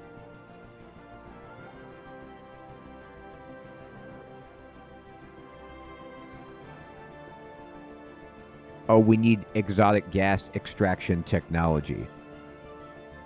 Well, I don't have that.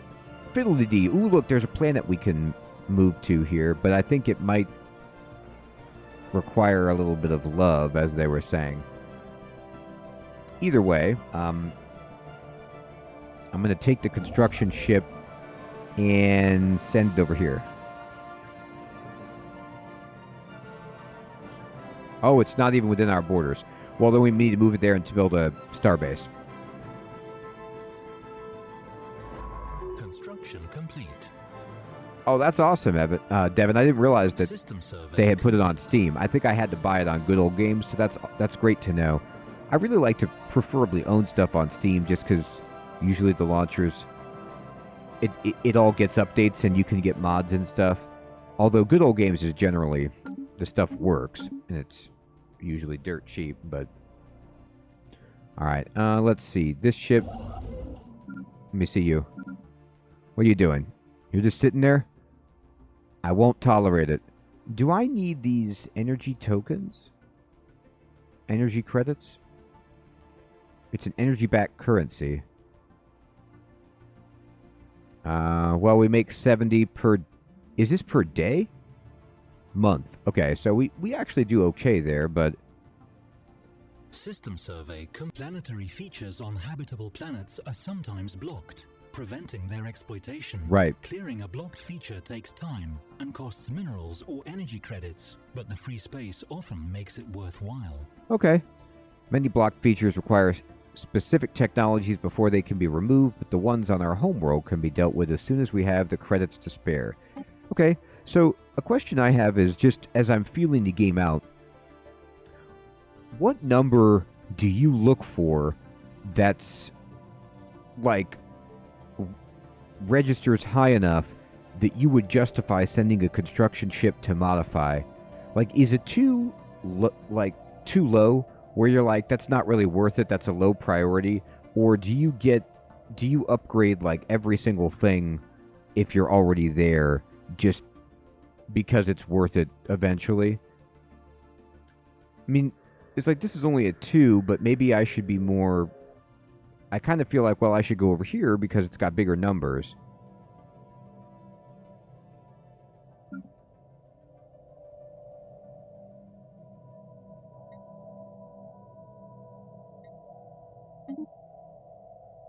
3 or more. That sounds about right. That's kind of where I was at. What science ship is doing nothing? How dare you? Alright, so we need to go exploring. We can't go there. Can you go here? Actually, I think I'm already sending a science ship over there. Oh, maybe not.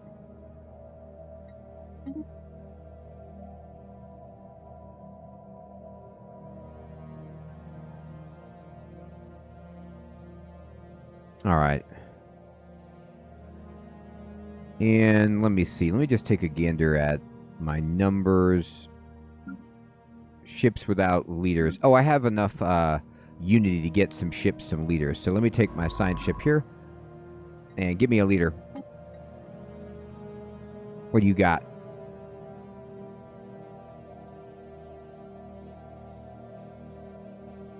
Archaeological excavation speed 10%.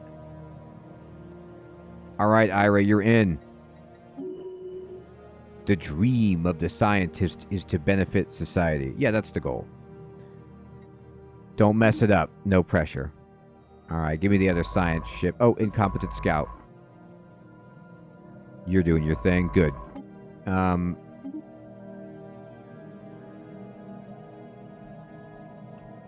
Incomp Intel. You're another science ship. I need a leader. We'll get a leader. What do you got? Survey speed 10%. Oh, wait. Hire anyway. Maybe I shouldn't have hired them. I kind of clicked that too quickly. Wonder what the report was.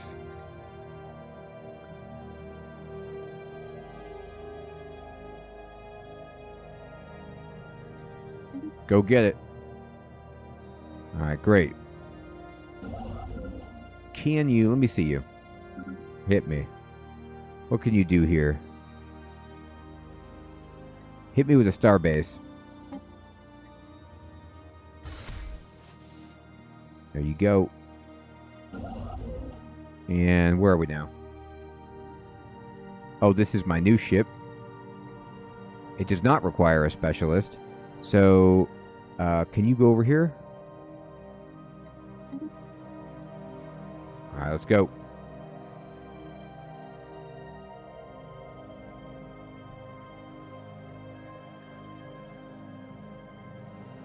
Alright, so everybody's doing something. Well, yes. Yes.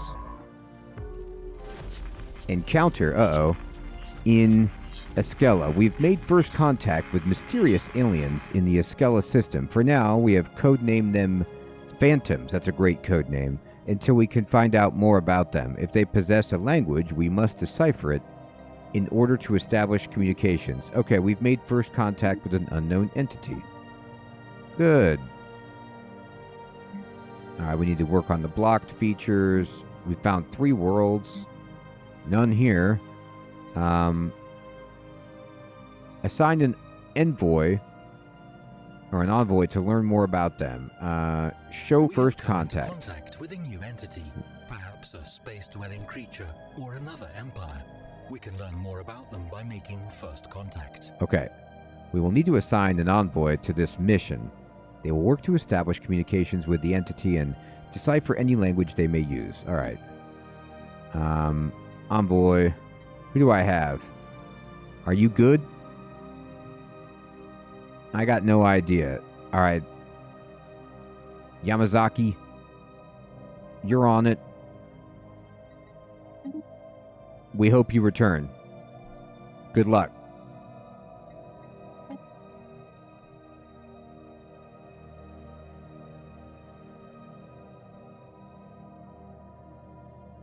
Oh, okay, Lexi. That's a great idea, right? Yeah, because this person is already good at exploring. Neutral fleet, the Phantoms. All right. Hi, Phantoms.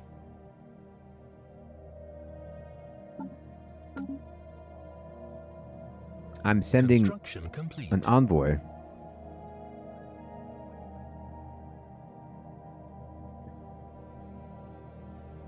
Slovan, good evening, my friend. Good to see you. Yes, exactly, right? Yeah, I know. This is one of those. It gets that feeling of just one more turn from Civilization, except because it's real time.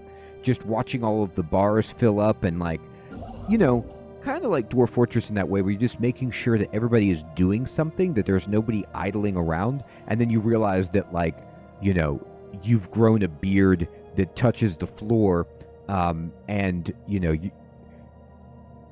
months have passed. All right, go here, and you've already built this for us, so that's good. Is there anything we want to upgrade here? Wow, this is pretty sweet. Oh, no, this is the wrong system. Here, go over here. What about on this system? Yeah, this is a mining dream. Oh, my God. A Stitchy. No, I meant to just build a... Here, select this guy, and then go over here, and, well, I mean, just... I don't want to terraform it. I want you to, oh, dear. Here. Build the mining station. That's what I'm talking about. Hit it with the station, dude. All right. There you go. What are you doing? You're doing something. All right, let's unpause it. Construction complete. You're darn right it is. All right. Construction complete. Construction complete. This guy needs a job. We're waiting for the colony ship to finish. Actually, let me check on that. How we doing?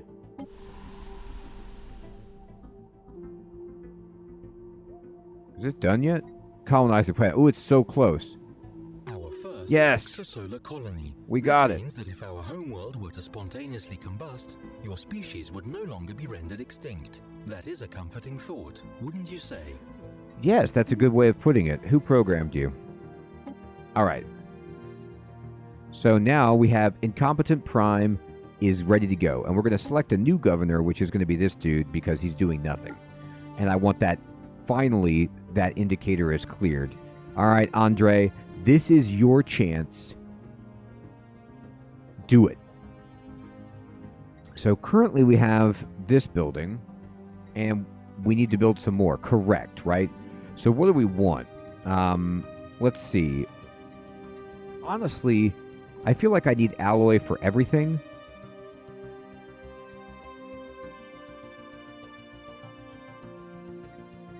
So this would produce Unity, which is cool. But if I look at my numbers up here, Influence would be cool.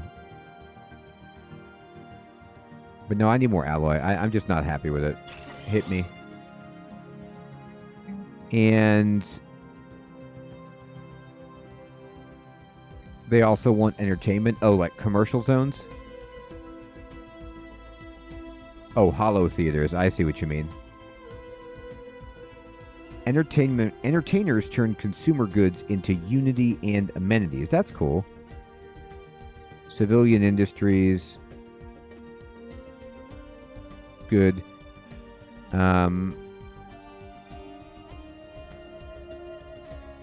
Produces 1 Unity for each Ascension perk our Empire has taken. Okay.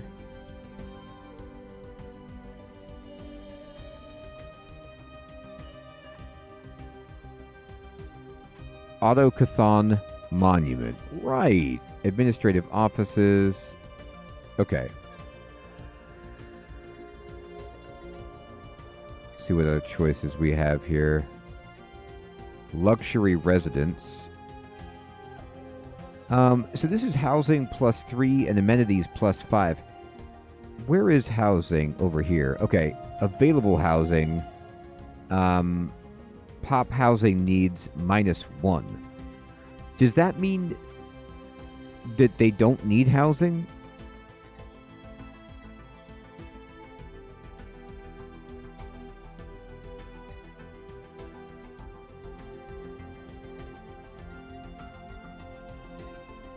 Let's build some luxury resources. There you go.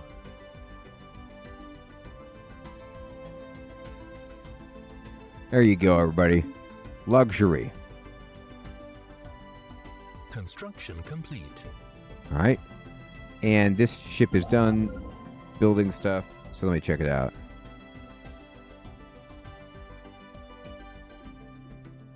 Alright, so I'm going to go ahead and build a mining station. Oh, that was the wrong thing to do. Well, that's fine. They'll be doing something now. System survey complete. Alright. Let me pause it. Let me see where you're at. So you're done surveying. Can you go over...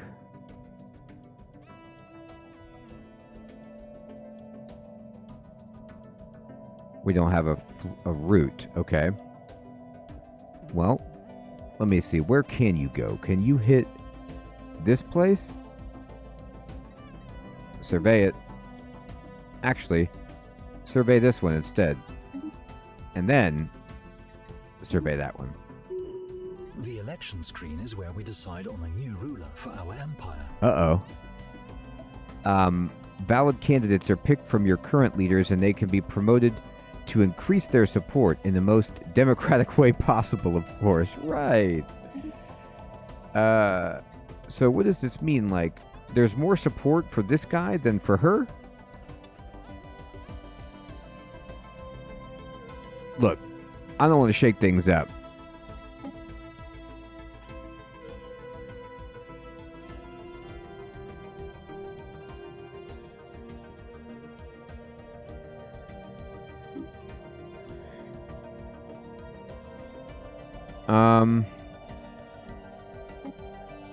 I'm going to increase the support once and just see if she can win.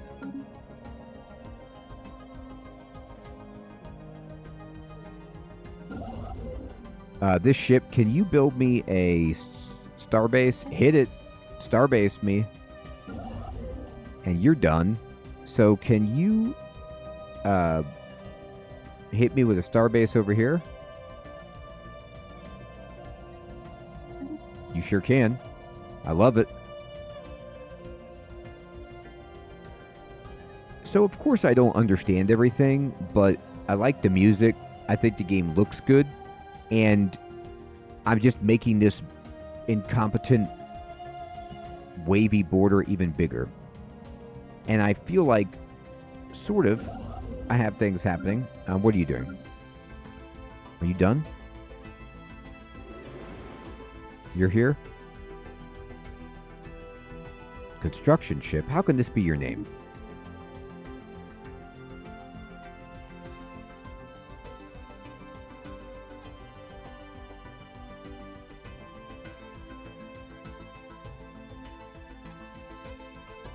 Alright, this is the incompetent contractor. And, what do I need you to do? I need you to go out. There's not much here. Oh, I thought you were going to build me a starbase, aren't you?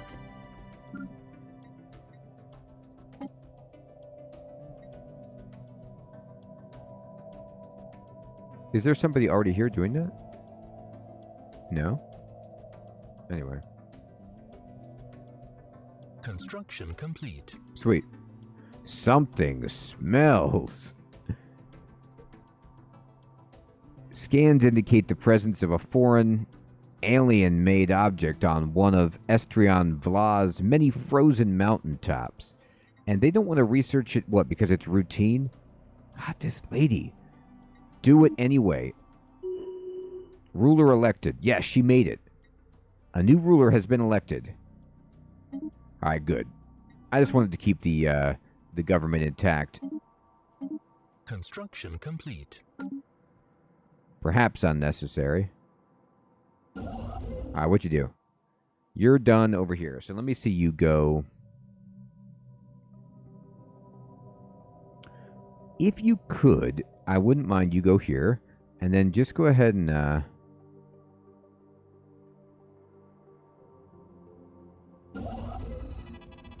whiff of something.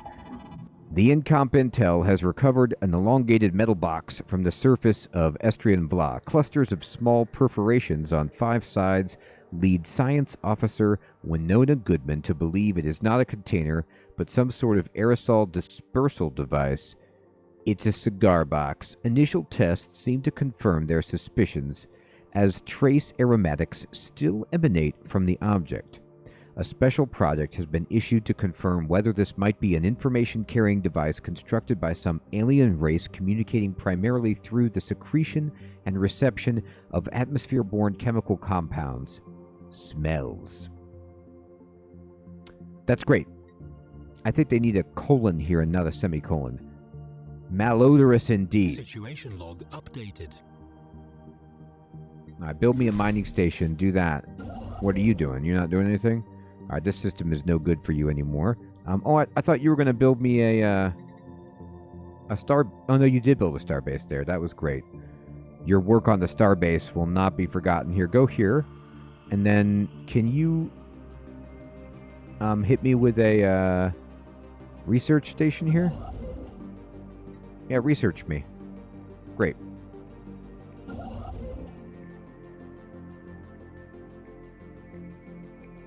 I don't understand. Did you build me the... Oh, I have to click on this. Gosh, I always forget that. I keep thinking I can just click Starbase, but for whatever reason, they want you to confirm the Class A or the star in the system that you're in, which I don't know why you need to... Anyway, that's where I'm at. But maybe they don't want you to accidentally build one in the system that you don't... If you're in the system that you don't actually want to be building at when you click build, which is a little confusing. All right. Now everybody's doing something. Faction founded. A new faction has recently been gaining traction in the internal political landscape of the United Nations of Earth.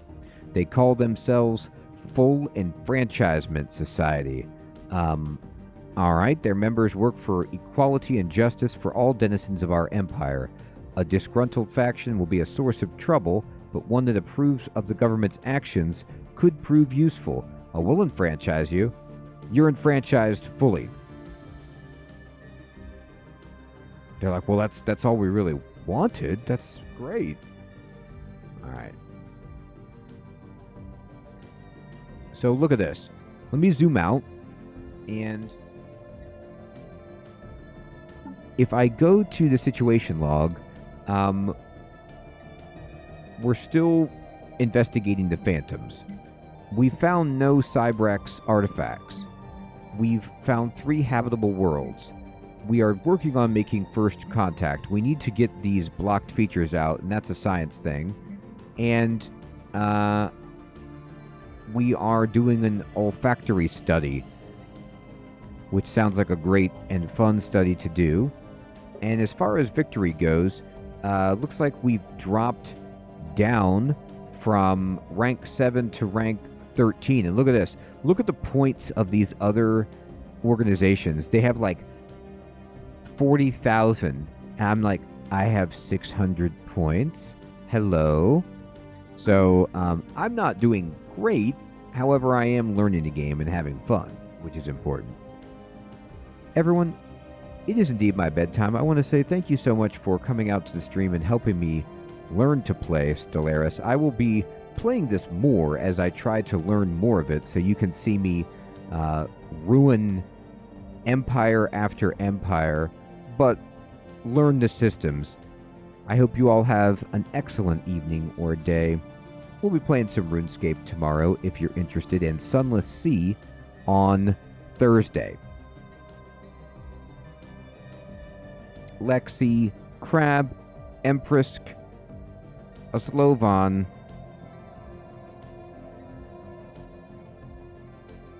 Alex, Fading, Derekai, Alex, Crispy Bacon, Siloom, Captain Duck, Shane, Devon, Kidge, Jamnuska, everyone out there, take care, have a great one.